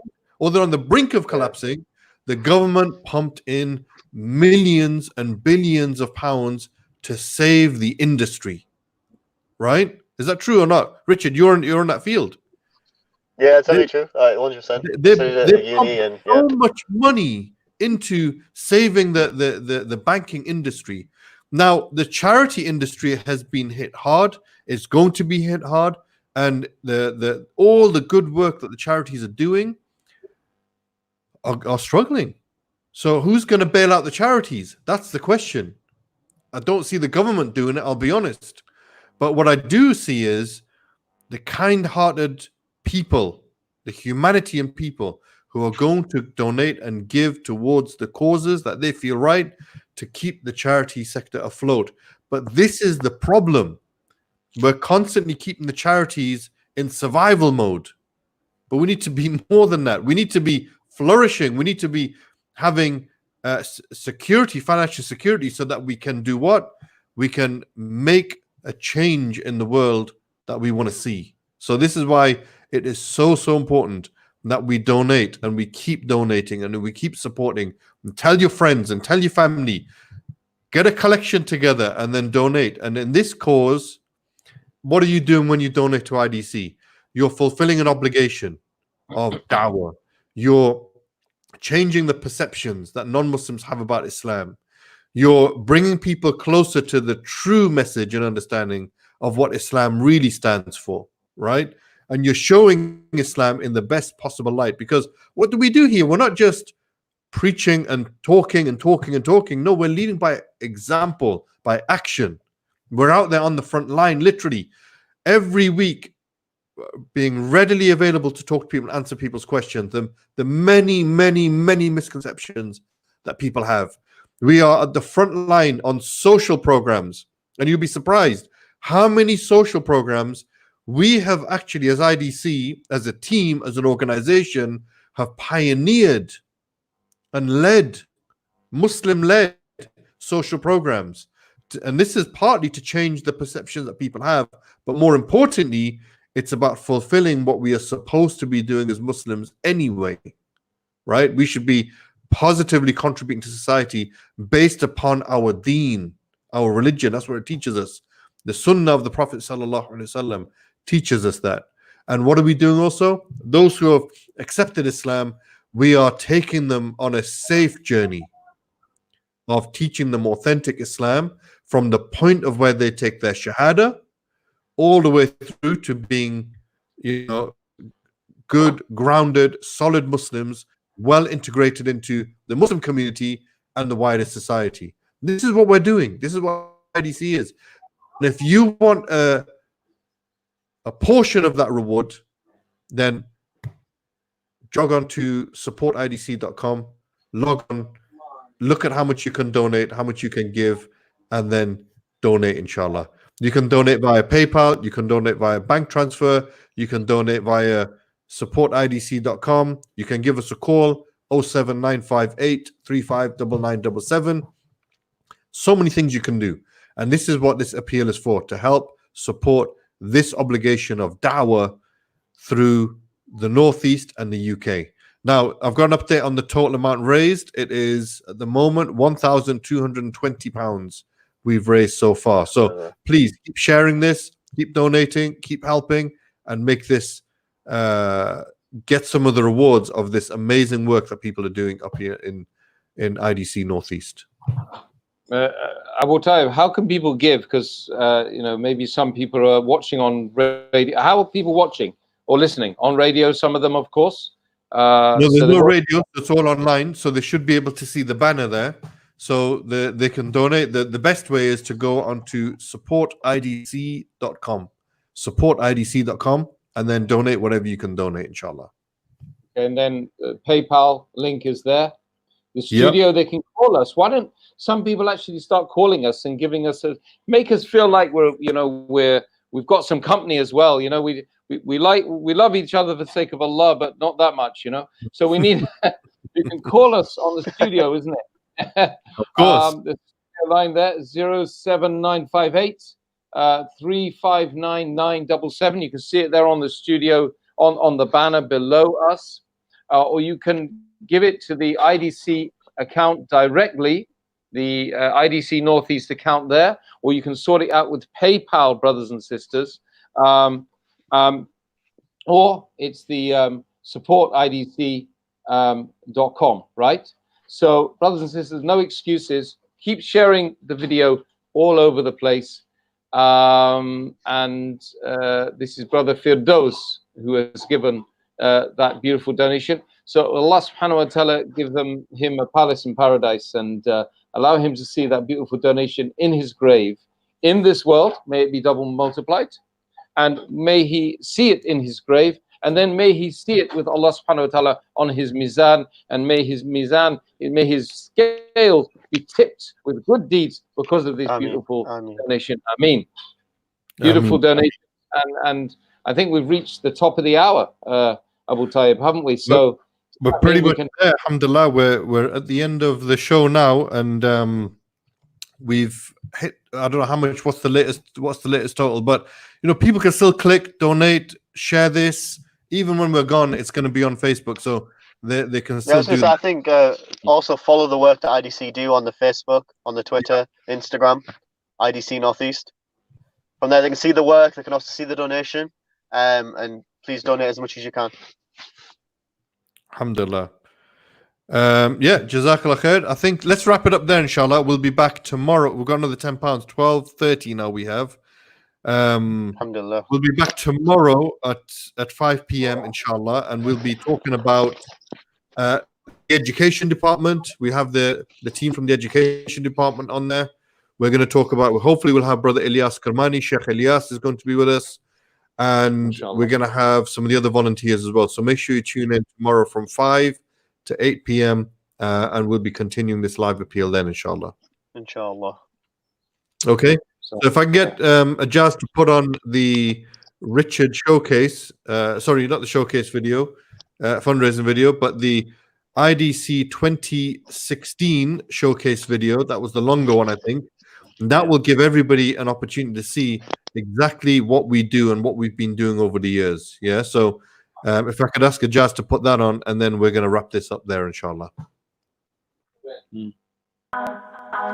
This is what everyone knows Newcastle for, football. But I'm going to tell you about something much, much better. They want to know about Islam, we'll give them da'wah. They want to know what a Muslim does, we'll give them da'wah. When they want to hate on... In 2012, I was a non-Muslim who walked into my local masjid. I met the brothers there from IDC. This was a team of brothers who told me about the message of Islam in detail. I took my shahada. The brothers, they didn't just leave me there. They supported me, provided me new Muslim classes, and after all these years, I became the head of the new Muslim department here at IDC, teaching other new Muslims, supporting them and mentoring them, just like I was supported. IDC is not just your typical charity. We have our Islamic awareness stalls engaging with non-Muslims in our local city centre, and answering all their questions about Islam, public events and exhibitions for non-Muslims to come learn about Islam, masjid visits for the local community, school visits teaching non-Muslim kids and staff about Islam. We visit the elderly and spend time with them regularly to give them companionship, feeding the homeless every single week, giving them hot meals and advice. We make the children smile every single year by visiting them in the hospitals and giving them gifts. So many people have taken their shahada with us. Ashhadu an la ilaha illallah. Because of this, we then provide new Muslim classes for them and support them on their journey. Please, please, please give whatever you can. Do you know how much you can afford? Better than myself. Some of us can give £10, some of us can give £500, and every single person that accepts Islam, you will get a portion of that reward. The Prophet, peace be upon him, he said that charity does not decrease our wealth. So brothers and sisters, believe in those words and give for the sake of Allah. And Allah, inshallah, will increase it for you. Click the button and donate now. They want to know about Islam, we'll give them da'wah. They want to know what a Muslim does, we'll give